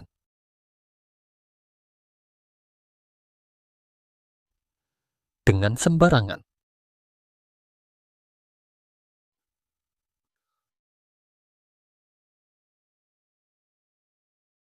Apakah kalian memperhatikan? Mengapa bisa terjatuh? Dia mengangkat tangan kiri. Setelah terkumpul, sepertinya ingin mengangkat helm. Akibatnya, tangan kanannya bergerak sedikit. Setelah bergerak, dia tidak bisa menjaga kendaraan tetap stabil. Jadi, kita perlu mengingat kepada semua siswa. Mengendarai sepeda motor, jangan sampai mengandalkan satu tangan. Jika hari ini kedua tangan, naik motor, jangan sekali-sekali ugal-ugalan. Jika dia hari ini dengan kedua tangan, masih tidak ada halnya awalnya melepaskan kedua tangan, namun tetap menjaga kendaraan kita. Tapi bagaimana jika satu tangan dilepaskan? Ditambah dengan ban yang meledak. Dia tidak bisa menjaga kendaraan tetap stabil. Maka terjatuhnya kendaraan. Selanjutnya, mari kita lihat struktur interior sepeda motor. Struktur interior. Kita bisa memahami ini secara umum karena keterbatasan waktu. Baik, ini adalah gambar yang diambil pelatih di atas sepeda motor. Satu sepeda motor, yaitu membongkar seluruh bagian sepeda motor. Bagian luar dilapisi dengan plastik. Kotak U biasanya ditempatkan di sini. Ini adalah bagian mesin. Ini bagian lainnya. Dari sisi lain, diambil gambar dari sisi berbeda. Sistem suspensi. Sistem suspensi ini menghubungkan kendaraan dengan roda untuk mengurangi kebisingan saat berkendara. Dan juga pantulan serta getaran. Dengan cara ini lebih aman. Lebih nyaman sedikit. Jika tidak ada ini, jika tidak ada ini, akan sangat aneh saat berkendara. Baik, ini adalah bagian mesin. Bagian mesin ini sudah dibedah. Dia juga menyebutkan tentang pembakaran bensin. Energi yang dihasilkan dikonversi menjadi energi kinetik. Filter udara. Mengapa udara perlu disaring? Karena udara bercampur dengan bensin. Setelah kedua zat tersebut dicampur, harus disemprotkan ke dalam ruang bakar untuk dibakar. Jadi, udara perlu disaring, jika tidak, udara akan mengandung kotoran. Jika kotoran tersebut masuk ke dalam silinder, dia akan mengeluarkan semprotan. Itu akan menjadi masalah, jadi harus disaring. Disaring, jadi jika kendaraan kita sering masuk dan keluar dari lokasi konstruksi, akan ada debu. Jadi, semua ini harus dibersihkan. Ini juga sama, lihat tidak ada serat hijau. Mobil dan sepeda motor juga sama. Seperti masker. Seperti kita yang memakai masker. Selanjutnya, transmisi otomatis. mobil dengan transmisi otomatis. Apa ini tuas rem? Sesuai dengan tuas rem, ada di depan pegangan kemudi. Kemiringan kiri kanan. Sebelah kiri mengendalikan rem belakang roda belakang. Sebelah kanan mengendalikan rem roda depan. Pengoperasian rem dilakukan melalui pengoperasian tuas rem untuk memperlambat putaran roda agar kendaraan melambat dan berhenti. Sistem otomatis. Melambat dulu pelan-pelan, lalu perlahan-lahan tekan rem. Selanjutnya, mari kita lihat gigi. Mengganti gigi saat berkendara. Perlu mengganti gigi. Gigi kendaraan berbeda dengan yang lain. Tuas rem dan rem. Di bawah ini adalah rem. Di sebelah kanan pegangan kemudi kita. Sebelah kanan mengendalikan rem roda depan. Rem depan, lalu sebelah kiri. Sebelah kiri mengendalikan kopling, ya. Tunggu, kita akan membahasnya. Baik rem sepeda motor dan sistem rem. Jadi, jika menggunakan sepeda motor, tangan kanan mengendalikan roda depan. Kaki kanan mengendalikan roda belakang. Kaki kanan untuk rem roda belakang.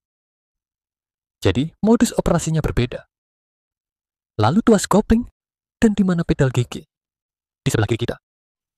Di sebelah kiri, tuas ini adalah kopling. Ketika Anda mengganti gigi, Anda harus menariknya. Menariknya sampai kencang agar tenaga terputus. Saat terputus, Anda baru bisa mengganti gigi. Ini nanti kita akan bicarakan. Baik, bagian mengganti gigi menggunakan tuas. Menggunakan tuas untuk menekan ke bawah. Atau mengangkat ke atas, itu adalah bagian mengganti gigi. Ini adalah perangkat pendingin. Ada kipas saat berputar, akan menggerakkan kipas untuk mendinginkan. Mesin dalam proses kerja, karena bensin terus-menerus terbakar, akan terus menghasilkan peningkatan suhu. Jika terlalu cepat, maka akan kehilangan fungsinya. Jadi, perlu perangkat pendingin. Perangkat pendingin ini mirip dengan kipas, dapat menarik udara dingin masuk. Jadi saat berkendara, harus sangat memperhatikan, seperti mengenakan gaun panjang atau tipe sayap ringan. Harus mencegahnya terjerat. Ini sangat perlu diperhatikan. Oke, ini bagian depan. Di sini adalah silinder. Ini adalah sistem penyemprotan bahan bakar. Dan ada juga sabuk. Untuk sabuk itu adalah untuk menggerakkan roda belakang. Seluruh komponen, yaitu mekanisme transmisi. Yaitu mekanisme pemindah gigi.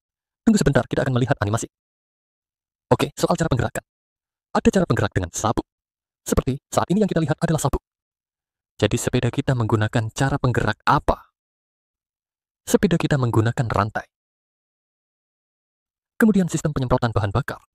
Bahan bakar adalah minyak yang mengalir ke dalam mesin untuk dibakar. Dengan cara apa ini masuk? Dulu menggunakan karburator. Sekarang menggunakan cara penyemprotan. Perbedaan terbesar dalam sistem penyemprotan bahan bakar adalah akibat kebutuhan yang nyata. Memberikan jumlah bahan bakar yang tepat. Dan juga kontrol sudut pengapian. Memastikan mesin mendapatkan performa terbaik dibandingkan dengan karburator. Lebih ramah lingkungan dan mengurangi polusi. Selain itu, juga konsumsi bahan bakar. Jadi saat ini sudah tidak ada lagi karburator. Karburator sudah tidak ada lagi. Knalpot harus mengeluarkan gas. Mengeluarkan gas buang. Lalu mengapa ada gas buang? Karena mesin membakar bensin akan menghasilkan gas buang untuk dikeluarkan. Seperti kita menghirup, bernapas. Setelah menghirup, apakah kita harus mengeluarkannya? Ya, menghirup dan mengeluarkan. Sebenarnya prinsipnya sama. Selanjutnya, mari kita bicarakan bagian mobil listrik. Mobil listrik menghilangkan mesin pembakaran dalam. Mesin pembakaran dalam juga memiliki sistem bahan bakar. Sistem penghisapan, sistem pembuangan, dan sistem pengapian. Perangkat tersebut, jika dibandingkan dengan biaya mobil berbahan bakar, ada perbedaan yang cukup besar. Sedangkan baterai dan total komponen listrik menyumbang lebih dari 40% dari biaya mobil listrik. Selanjutnya adalah motor listrik. Sekitar 10% hingga 20%. Sebenarnya, yang dibicarakan dalam perangkat rumah tangga adalah desain produk, serta perbaikan. Umumnya banyak hal yang sama. Setelah digunakan beberapa waktu, akan ada perbaikan, karena juga ada kekurangan yang muncul. Jadi melahirkan produk mobil listrik. karena ini lebih ramah lingkungan, dan proses pembuatannya lebih sederhana. Namun saat ini, masih ada ruang untuk perbaikan, karena produk selalu seperti ini. Dari sudut pandang sejarahnya, setiap produk akan terus berubah. Desain produk itu selalu demikian. Penampilan sepeda motor listrik terlihat sama sekali dengan kendaraan berbahan bakar. Ini semua adalah perlengkapan yang diperlukan. Sedangkan untuk memasukkan ke dalam kotak adalah untuk memasang baterai. Struktur internal sepeda motor, karena merek yang berbeda, tipe yang berbeda, juga ada perbedaan di masa depan. Di sini menunjukkan baterai cadangan, pengontrol utama, motor, sistem pendingin. Ini adalah foto dari seluruh mobil listrik yang dibongkar. Ini adalah kualitas standar. Operasi dasar kendaraan. Sistem tenaga, mari kita lihat sistem tenaga. Pertama kita bahas sepeda. Sebenarnya kita letakkan sepeda motor dan sepeda berdampingan. Bandingkan. Apakah hanya untuk membuat dua roda berputar? Untuk membuat kedua roda berputar, hanya dengan kita mengayuh, menginjak pedal sepeda, maka akan menggerakkan sepeda motor. Untuk membuat kedua roda berputar, melalui apa? Melalui bensin. Dengan cara apa membuat bensin menjadi tenaga? Kita lihat animasi ini. Jadi sekarang internet sangat mudah. Kita lihat gambar ini. Apakah kalian melihat animasi ini? Di sini dia menulis 123. Jika satu, maka masuk untuk membentuk. Masuk ke pembentukan. Jadi gas yang masuk adalah gas minyak. Bensin dan udara bercampur. Masuk ke dalam silinder. Kita lihat satu. Dia tidak bisa berhenti. Sedot sedikit. Ditekan. Setelah ditekan, jadi nyala, langkah kedua akan tertekan. Dan harus mencapai titik tertinggi. Setelah titik tertinggi, maka yang ketiga harus menyala. Busi akan menyalakan. Dan penyalaan busi akan menghasilkan apa? Akan meledak. Ketika meledak, mendorong ke bawah. Baik, ledakan mendorong ke bawah. Mendorong ke bawah, yaitu terbentuknya tenaga. Baik, setelah mendorong ke bawah, udara hasil pembakaran harus dikeluarkan, kan? Jadi dia, baik, kita terus lihat ya, sisa ledakan dibuang. Satu adalah gas masuk, satu lagi adalah katup buang. Spark berada di sini, jadi ban bergerak. Apa gerakan ini sama dengan mengayuh sepeda? Benar-benar sama. Hanya saja kita membakar bensin untuk menghasilkan gerakan ini. Dalam sistem mesin ini, tadi kita bicarakan bahwa bahan bakar terbakar di dalam mesin, menghasilkan tenaga. Jadi menjadi mesin pembakaran dalam. Jika ada mesin pembakaran dalam, pasti ada mesin pembakaran luar. Lalu apa itu mesin pembakaran luar? Mesin pembakaran luar adalah lokomotif uap. Lokomotif uap membakar batu bara. Mendidihkan air setelah mendidih. Jadi ada uap. Uap akan memiliki tekanan. Tekanan juga sama. Mendorong piston. Setelah piston bergerak, seperti yang tadi, ada mirip dengan itu. Mengayuh sepeda juga prinsip yang sama. Juga prinsip yang sama. Mesin rotasi silang. Jadi ini adalah yang kita bicarakan tadi. Torque adalah pembentukan tenaga. Baik katup masuk, katup buang. Busi. Di sini disebut ruang bakar. Katup masuk, mencampur udara dan bensin. Campur menjadi satu itu. Disemprotkan ke dalam silinder. Gerakan ini adalah sama seperti yang kita bicarakan sebelumnya. Kita tidak perlu ribet di sini. Tidak perlu dijelaskan lagi karena ini juga animasi. Yang tadi juga animasi. Baik, ini adalah katup masuk. Menjuntai ke bawah dan tersedot. Mendorong ke atas, menekan. Mendorong ke atas, menekan. Menekan hingga titik tertinggi, tenaga ledakan. Mendorong ke bawah. Agar tidak terlalu sulit, kita tahu bahwa butuh tenaga manusia. Lalu ada apa? Energi kimia adalah pembakaran bensin, mesin lainnya. Mesin menghasilkan tenaga yang berputar. Sangat sederhana. Jadi menghasilkan mobil listrik. Masih sama berputar. Hanya saja ia menggunakan listrik untuk menggerakkan mesin. Tetapi hasilnya sama. Cara berbeda, hasil sama. Secara umum kita bisa melihat sistem pendingin. Mesin juga memiliki sistem pendingin. Salah satunya adalah pendingin air. Satu lagi adalah pendingin udara. Satu lagi adalah pendingin oleh. Pendingin air adalah dengan air beredar atau cairan apapun beredar di dalam silinder. Mengalirkan panas yang dihasilkan mesin melalui air yang bersirkulasi. Harus dikatakan seperti ini, pendinginkan sesuai dengan air beredar di dalam mesin. Kemudian sirkulasi berubah menjadi air panas. Melalui pendingin, lalu menjadi air dingin. Kemudian masuk kembali ke mesin. Karena suhu mesin tidak boleh terus meningkat. Jika terus meningkat, akan terjadi penyusutan silinder. Dan ini dalam hal mesin merupakan hal utama. Seharusnya dikatakan bahwa mesin dengan CC lebih banyak akan menggunakannya. Biasanya kita tidak menggunakan motor kita. Motor kita biasanya menggunakan pendingin udara. Udara alami. Alami untuk motor besar akan menggunakan pendingin air. Menggunakan air untuk mendinginkan. Pendingin udara, yaitu menggunakan udara secara alami untuk mendinginkan. Di sini ada paksaan udara, agar jumlah aliran udaranya lebih banyak, yaitu di sini. Kipas ini akan mengalirkan udara masuk. Kita baru saja membahas pakaian berkendara, beberapa gadis mengenakan rok panjang, dan lagi rok yang tipis. Di musim panas gaun sangat tipis, jadi akan sangat mudah untuk terjebak di dalamnya. Jadi di sini perlu sedikit diperhatikan, yaitu motor biasa. Seperti motor 125 biasanya ada. Semuanya menggunakan pendingin udara dan pendingin minyak. Apa itu pendingin minyak? Lihat, tidak ada pendingin minyak. Menggunakan minyak untuk mendinginkan. Di dalam motor juga ada oli mesin. Itu adalah oli pelumas, oli mesin. Dialirkan melalui saluran keluar, agar angin dapat mengeluarkan oli dan mendinginkan. Kemudian mengalir kembali ke dalam mesin, untuk mencapai efek pendinginan. Baiklah, ini. Metode pendinginan ini tidak mudah mengalami masalah. Asalkan pompa oli mesin, yaitu yang membuat oli mesin beredar, mekanis itu, tidak boleh rusak oli mesin.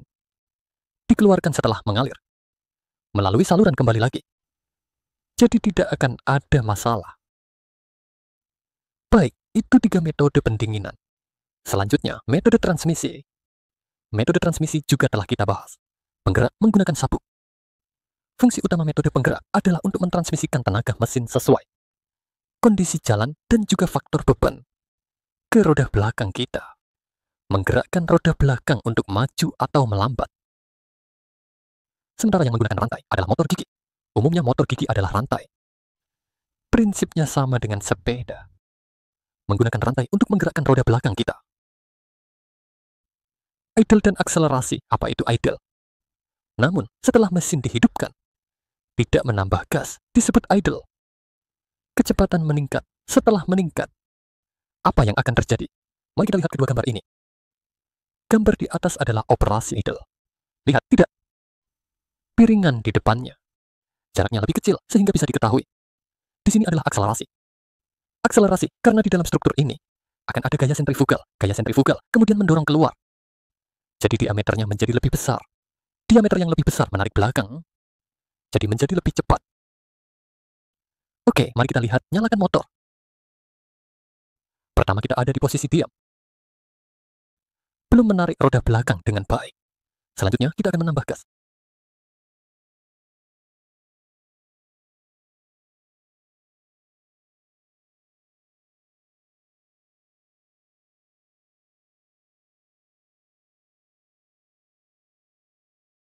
Apakah kalian memperhatikan? Setelah menambah gas, piringan ini menjadi lebih besar. Karena ada desain di dalamnya. Melalui gaya sentrifugal. Jadi saat menambah gas, diameter depan menjadi lebih besar. Tarikan ke roda belakang. Ini adalah prinsip tanpa batas variabel. Tadi itu adalah prinsip dari transmisi. Kita tidak akan melihat animasi di sini. Kita tidak melihat. Ini ada animasinya. Ada animasinya. Saat mengemudikan, kita sudah membahas sebelumnya. Di depannya masih ada 2 pegangan. Namun ini bukan rem. Kanan depan adalah untuk rem roda depan. Kiri adalah kopling. Bagian perpindahan gigi berada di tangan kiri. Di sini, di tempat ini, di sisi kanan adalah rem kaki. Jadi, kaki kanan dan tangan kanan mengontrol rem. Tangan kiri dan kaki kiri mengontrol bagian perpindahan gigi. Mari kita bahas prinsip tradisionalnya. Karena banyak remaja yang mengemudikan motor akan mati mesin dan merasa kesulitan mengemudikan motor. Mari kita memahami prinsip pengoperasian motor. Tenaga yang dihasilkan dari mesin adalah yang berputar yang akan melewati A dan B2. Maka ketika kamu menarik kopling, artinya menekan, saat kopling ditarik akan terpisah. Pegangan kiri itu, saat ditarik akan memisahkan. Itu yang terpisah. Piringan, jika piringan B berputar, dia akan berputar. Setelah ia berputar pertama kali, ia akan menggerakkan ban melalui rantai. Selanjutnya, gambar ini adalah keadaan mesin yang sedang menyala. Kita masih mengendalikan gas. Saat sudah berputar seperti lilin, kedua disipator akan terpisah. Jadi A ada di berputar karena terpisah. Bagian belakang V tidak akan bergerak. Sekalian ingin. Saat ini adalah posisi netral. Baik, kita lepaskan kopling. Ingin lihat saat telah terbuka. C, ia akan berputar. Karena ini adalah posisi netral. Jadi, roda tidak akan berputar. Ban juga tidak akan berputar. Nyonya-nyonya dan tuan-tuan, lihatlah. Berputar sekarang. C sedang berputar, D tidak berputar. Apakah kita bisa? Tentu tidak bisa jika terus direkam seperti ini. Gigi kamu akan rusak. Oleh karena itu, saat ini kita harus melepaskan dan menariknya. Setelah itu, tenaga akan terputus. Gigi yang terputus akan melambat. Saat inilah kita bisa mengganti gigi. Melakukan pergantian gigi. Setelah itu, saat melepaskan, kendaraan akan berjalan. Itu akan bergerak, tidak salah. Tapi kenapa mesin mati? Karena saat kamu melepaskan 127, harus perlahan-lahan salurkan karena beban tubuh. Ia tidak bisa menarik segera. Seketika tidak bisa menarik, ia perlu menarik perlahan. Jadi, kamu perlu melepaskan perlahan. Mesin mati bisa disebabkan oleh dua hal. Pertama, kopling dilepaskan terlalu cepat. Mengganti gigi yang salah, dua hal ini dapat menyebabkan mesin mati. Jadi, prinsip dan struktur kotak gigi sama seperti sepeda. Ukuran besar dan kecil saling bertukar. Saat melepaskan kedua kalinya, mesin akan melompat ke depan. Jadi jika menggunakan gigi, mesin harus membuat keadaan kopling terhubung. Tarik itu untuk memutus tenaga, baru kamu bisa menyalakan kendaraan. Sebelum menonton video ini, mari kita pahami. Ini adalah tangan kiri kita untuk mengontrol kopling. Jika ditarik, itu memutus. Jika dilepaskan, itu menyambung. Sebentar, dalam video akan ada suara gas yang memberitahu kita, siswa. Saat mulai, bersamaan dengan melepaskan kopling, kamu harus sedikit menambah gas. Dengan cara ini, penggerak tidak akan mati, mesin juga lebih cepat. Mari kita dengarkan suara ini. Baik, ini adalah gigi kendaraan, posisi netral di sini. Gigi 1, tekan ke depan untuk gigi 1. Gigi 2, tarik ke atas. Yang lewat netral, tapi kamu harus lebih kuat untuk 2. Jika tenaga kamu terlalu kecil, ia akan kembali ke posisi gigi awal, lalu geser ke atas. Seakan berada di netral, seolah tidak ada. Jadi kita harus tidak masalah. Lepas. Masuk gigi 3, geser ke atas. Masih sama gigi 4. Gigi 5, saat gigi 2. Tetap sama. Seperti itu. Kamu juga harus melepaskan, yaitu peganganmu. Tarik sedikit.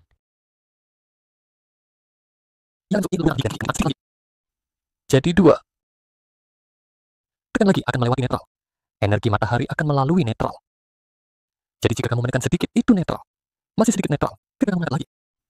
Itu 1 gigi. Giginya akan seperti ini. Baik, ini adalah pengantar tamu kita. Baik, pelan-pelan kamu harus melepaskan. Kamu harus perlahan-lahan melepaskan tangan. Baik, bergerak, ganti 2 kali. Gunakan alat, tarik alatnya. Perbaiki itu.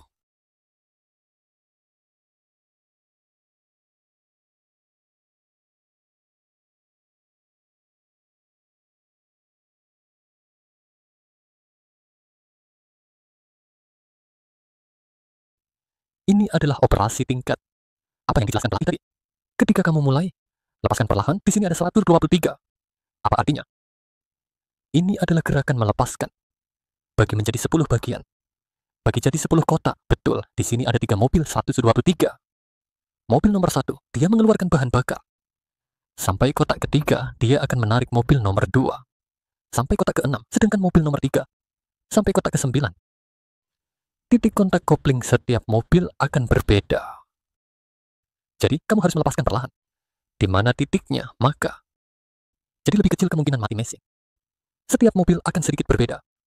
Tidak sepenuhnya sama. Bagian sistem rem. Ini adalah rem drum. Nah, rem kampas, mari kita lihat. Ini disebut kampas rem. Kampas bergerak, kampas rem. Sistem rem cakram pada sepeda motor. Cakram depan, cakram belakang. Cakram itu seperti ini. Ketika naik, dorong tekanan minyak. Tekanan minyak kemudian mendorong piston. Kemudian rem cakram. Rem berlapis, pastikan terjepit. Ada prinsip di sini yang disebut prinsip tekanan. Melalui prinsip Pascal yang memperbesar kekuatan rem. Melalui hidrolik, yaitu tekanan minyak disalurkan. Sehingga kaliper dapat menjepit cakram. Menghasilkan kekuatan rem. Ini adalah gerakannya. Menggunakan tekanan minyak, sedangkan untuk sistem kabel menggunakan kawat baja. Kawat baja untuk penarikan. Baik, mari kita bicarakan. Ini bisa dicari oleh kalian. Carilah waktu untuk masuk dan cari tahu sehubungan dengan waktu. Pelatih telah menyiapkan sambungan ini. Silakan kalian klik untuk melihat. Akan tahu bahwa cakram adalah rem. Apa fungsi rem gear? Satu situasi. Setelah masuk kita bicara tentang ABS anti-lock. Apa itu anti-lock? Bisa mencegah ban terkunci melalui komputer. Mengontrol jalur minyak untuk rem. Karena jika ban terkunci, kendaraan mudah tergelincir. Akibatnya bisa kehilangan kendali. Baik, ada dua gambar di sini. Lihat tanpa kedua gambar ini. Rem, gambar di atas tidak dilengkapi dengan ban ABS. Jika ban terkunci, maka tidak dapat berbelok dan tergelincir. Menghasilkan asap. Kunci, maka ini untuk menghindari rem berlebihan. Ini bisa mencegah ban terkunci. Bisa menstabilkan kendaraan saat berhenti. ABS dan jenis lain adalah apa itu CVS, rem depan belakang terhubung. Begitu salah satu sisi. Atau rem di sisi kanan, maka dia akan secara bersamaan menghentikan kedua roda depan dan belakang. Sebuah desain, tetapi di sini ada penjejak. Ia berfungsi. Ketika kecepatan melebihi 20, baru bisa berfungsi. Jenis lain juga sama. Rem SB. Sebagai pemula, ini juga versi yang ditingkatkan. Versi yang ditingkatkan tradisional. Versi tradisional CBS yang dimodifikasi. Baiklah, semua berkaitan dengan rem. Mengapa L ini? Karena takut kecepatan terlalu cepat. Desain yang menghindari. Membuat desain ini. Membuat kecepatan kendaraan lebih aman. Versi tradisional CBS pada rem. Memberikan kekuatan rem yang tetap. Mudah menyebabkan ban terkunci. Jadi muncul banyak versi CBS dan VCBS. SBS. Ada pabrikan skuter listrik. Menggunakan yang ditingkatkan. Dan seterusnya rem CBS dan SBS. Saat pengereman dapat menyeimbangkan kendaraan. Tinggi badan. Keamanannya kita sudah banyak bicara. Sistem rem baru digunakan saat kecepatan tinggi. Oke, mari kita tonton video ini. Apa bedanya? Sistem aturan Kementerian Perhubungan. Di tahun 2021, semua kendaraan baru di atas 125 cc harus dilengkapi dengan ABS. Tapi, apa itu ABS? Kamu tahu? Di samping ban ada cakram rem, di sana ada sebuah lubang. Sebuah lubang, jangan kira hanya untuk tampil menarik. Sekali-sekali, tapi sebenarnya, poin dari ABS berhubungan dengan ini. Mari kita lihat perbandingan ini. Gambarnya sama-sama terjatuh. Tanpa ABS, hanya satu kali tabrak. Oleh karena itu, seringkali menghasilkan bahaya seperti ini. Gambar ABS merespons lebih cepat. Namun kadang-kadang jika kamu gugup. Jika demikian, aturan Kementerian Perhubungan dari 2019 kendaraan di atas 100 maupun cc. Semua sepeda motor baru harus dilengkapi dengan ABS dan yang di bawah 125 cc harus ada ABS. Harus ABS pada tahun 2021. Meskipun itu adalah model lama, semua sepeda motor baru harus dilakukan. Tetapi apa itu? CBS saat ini. Sepeda motor listrik ini dilengkapi dengan CBS, yaitu rem depan dan belakang terhubung. Satu tombol untuk kedua roda. Namun, semua kendaraan baru diharuskan dilengkapi dengan alat ini. Sebenarnya, biaya akan dibebankan kepada konsumen. Produksi kendaraan pasti akan kena biaya tambahan. Setidaknya harganya akan lebih tinggi dari kendaraan baru sebelumnya, oleh 1 hingga 1,5 juta. Sistem sebenarnya, kendaraan baru yang diluncurkan sekarang, kebanyakan sudah dilengkapi dengan ABS. Tetapi beberapa orang masih bertanya pada diri sendiri, jika sepeda motor lama ingin dilengkapi dengan ABS, itu bisa. Baik. Terkadang akan tidak standar. Ketika rem akan ada celah. Jika ingin menggunakan sepeda motor yang buruk, hanya patah-patah. Sudah lebih dari 30 tahun pengalaman di industri sepeda motor. Tidak menyarankan pemasangan sendiri. Dan biasanya, perawatan ABS dan kampas rem. Minyak juga perlu diganti setelah beberapa waktu. Peluncuran kebijakan baru telah menghadapi keraguan dari pemilik sepeda motor. Di masa depan, harga sepeda motor akan sulit terjangkau. Tetapi, bagaimana memilih antara keamanan dan harga? Pemerintah sudah membuat keputusan untukmu. Ini adalah perbedaan antara ada dan tidak ada. Tetapi tetap kembali pada pepatah lam. Jika kecepatanmu lambat, kamu tidak akan menggunakan kedua sistem ini. Lalu ada jarak aman. Jika kamu terlalu dekat dengan kendaraan lain, kamu akan menggunakan sistem ini pada bagian perawatan kendaraan yang sederhana. Tadi, dari bagian awal, kita sudah membicarakannya dan akan lebih ringkas. Mari kita lihat berita ini. Dari berita ini, apa yang bisa kita pelajari? Sebenarnya kita juga melihat seorang warga memegang ini adalah sabuk sepeda motor listrik. Asalnya sabuk gigi yang bergerigi mulai tergores di tengah. Lanjut berputar lebih parah. Seluruh deretan menjadi rata. Sebenarnya sama saja dengan teman biasa, kan sedang berbahasa selesai perawat. Dalam waktu kurang dari 300 km ada masalah. Teknisi tidak menyadari hal ini, hampir membuat mereka bertemu dengan maut. Yang paling ditakutkan adalah masuk dari sini. Jadi jika saya memutar seperti ini, apakah terjebak? Ada perasaan sabukmu bersentuhan keras. Jadi setelah melihat segmen berita ini, di dalamnya dibahas apa yang dilakukan untuk perawatan sabuk secara berkala. Bagaimana cara merawat sabuk? Hanya bisa mengamati apakah ada kerusakan di luar. Apakah ada pinggiran yang runcing? Apakah ada kerusakan itu tidak dapat dirawat? Sepeda motor ini banyak yang menggunakan. Dan banyak orang sering mengganti sabuk, yang menunjukkan desain sabuk dari pabrikan tidak baik. Jika hanya kamu yang rusak, sementara yang lain tidak ada masalah, berarti siapa yang bermasalah? Itu masalahmu. Mari kita lihat sabuk. Harusnya ini hanya sedikit teknis. Ini adalah sabuk, dan di atas sabuk tampak seperti roda gigi. Bohong. Tidaklah. Kita gambar lingkaran. Ini adalah sabuk mobil listrik. Ada serat yang terangkat. Ada yang aus, serat yang terangkat. Lalu yang di bawah ini, sabuk ini tidak terlihat. Seperti gigi yang hilang. Dari sabuk ini, di mana daya tahannya? Tahu tidak, di tempat yang diwarnai merah ini, titik beban dari sabuk. Ya, untuk menarik mobil, titik beban itu adalah di area yang diwarnai merah ini. Motor mobil berbahan bakar. Sabuknya terlihat seperti ini. Di mana titik bebannya? Titik bebannya berada di permukaan yang diwarnai kuning ini. Seluruh permukaan, ya. Bukan hanya satu titik. Mengapa bisa begitu? Mengapa gigi mobil listrik itu bisa jatuh? Karena gaya menambah bahan bakar. Ada perbedaan, meskipun lebih berat, ada perbedaan. Menambah daya secara instan, akselerasi cepat. Ia harus menarik Anda, harus cepat. Jadi, jangan heran jika bagian itu seperti kehilangan gigi. Ia tidak bisa berputar secara instan. Beban lebih berat. Sementara untuk yang berbahan bakar, ia adalah seluruh permukaan. Ia menerima beban di seluruh permukaan. Bukan hanya gigi yang mendapat beban, ya. Oleh karena itu, desain yang berbeda akan menghasilkan hasil yang berbeda. Jadi, anggota keluarga berpikir itu adalah kebiasaan buruk dalam mengendarai motor. Penambahan gas yang tiba-tiba. Di persimpangan, lihat di persimpangan. Akselerasi gas secara tiba-tiba, daya kota itu besar.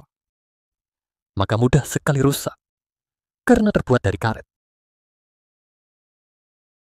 Penanganan motor yang tidak normal, yaitu jika ada kondisi abnormal saat berkendara, harus masuk dan keluar dari toko motor. Untuk diperiksa atau diperbaiki, mencegah masalah membesar, menyebabkan biaya perbaikan. Di sini juga ada buku manual mengemudi defensif. Ini adalah data resmi. Kita juga telah membuat titik koneksi di sini. Kalian juga bisa terhubung. Lihat apa saja yang dibahas di dalam. Motor adalah alat transportasi penting dalam hidup kita. Kita tidak boleh tidak mengetahui cara operasinya yang benar. Terlebih lagi, penggunaan alat ini dapat membahayakan keamanan nyawa orang lain dan diri sendiri. Oleh karena itu, kita harus menghargainya. Oke, hari ini kita telah selesai dengan pelajaran kita.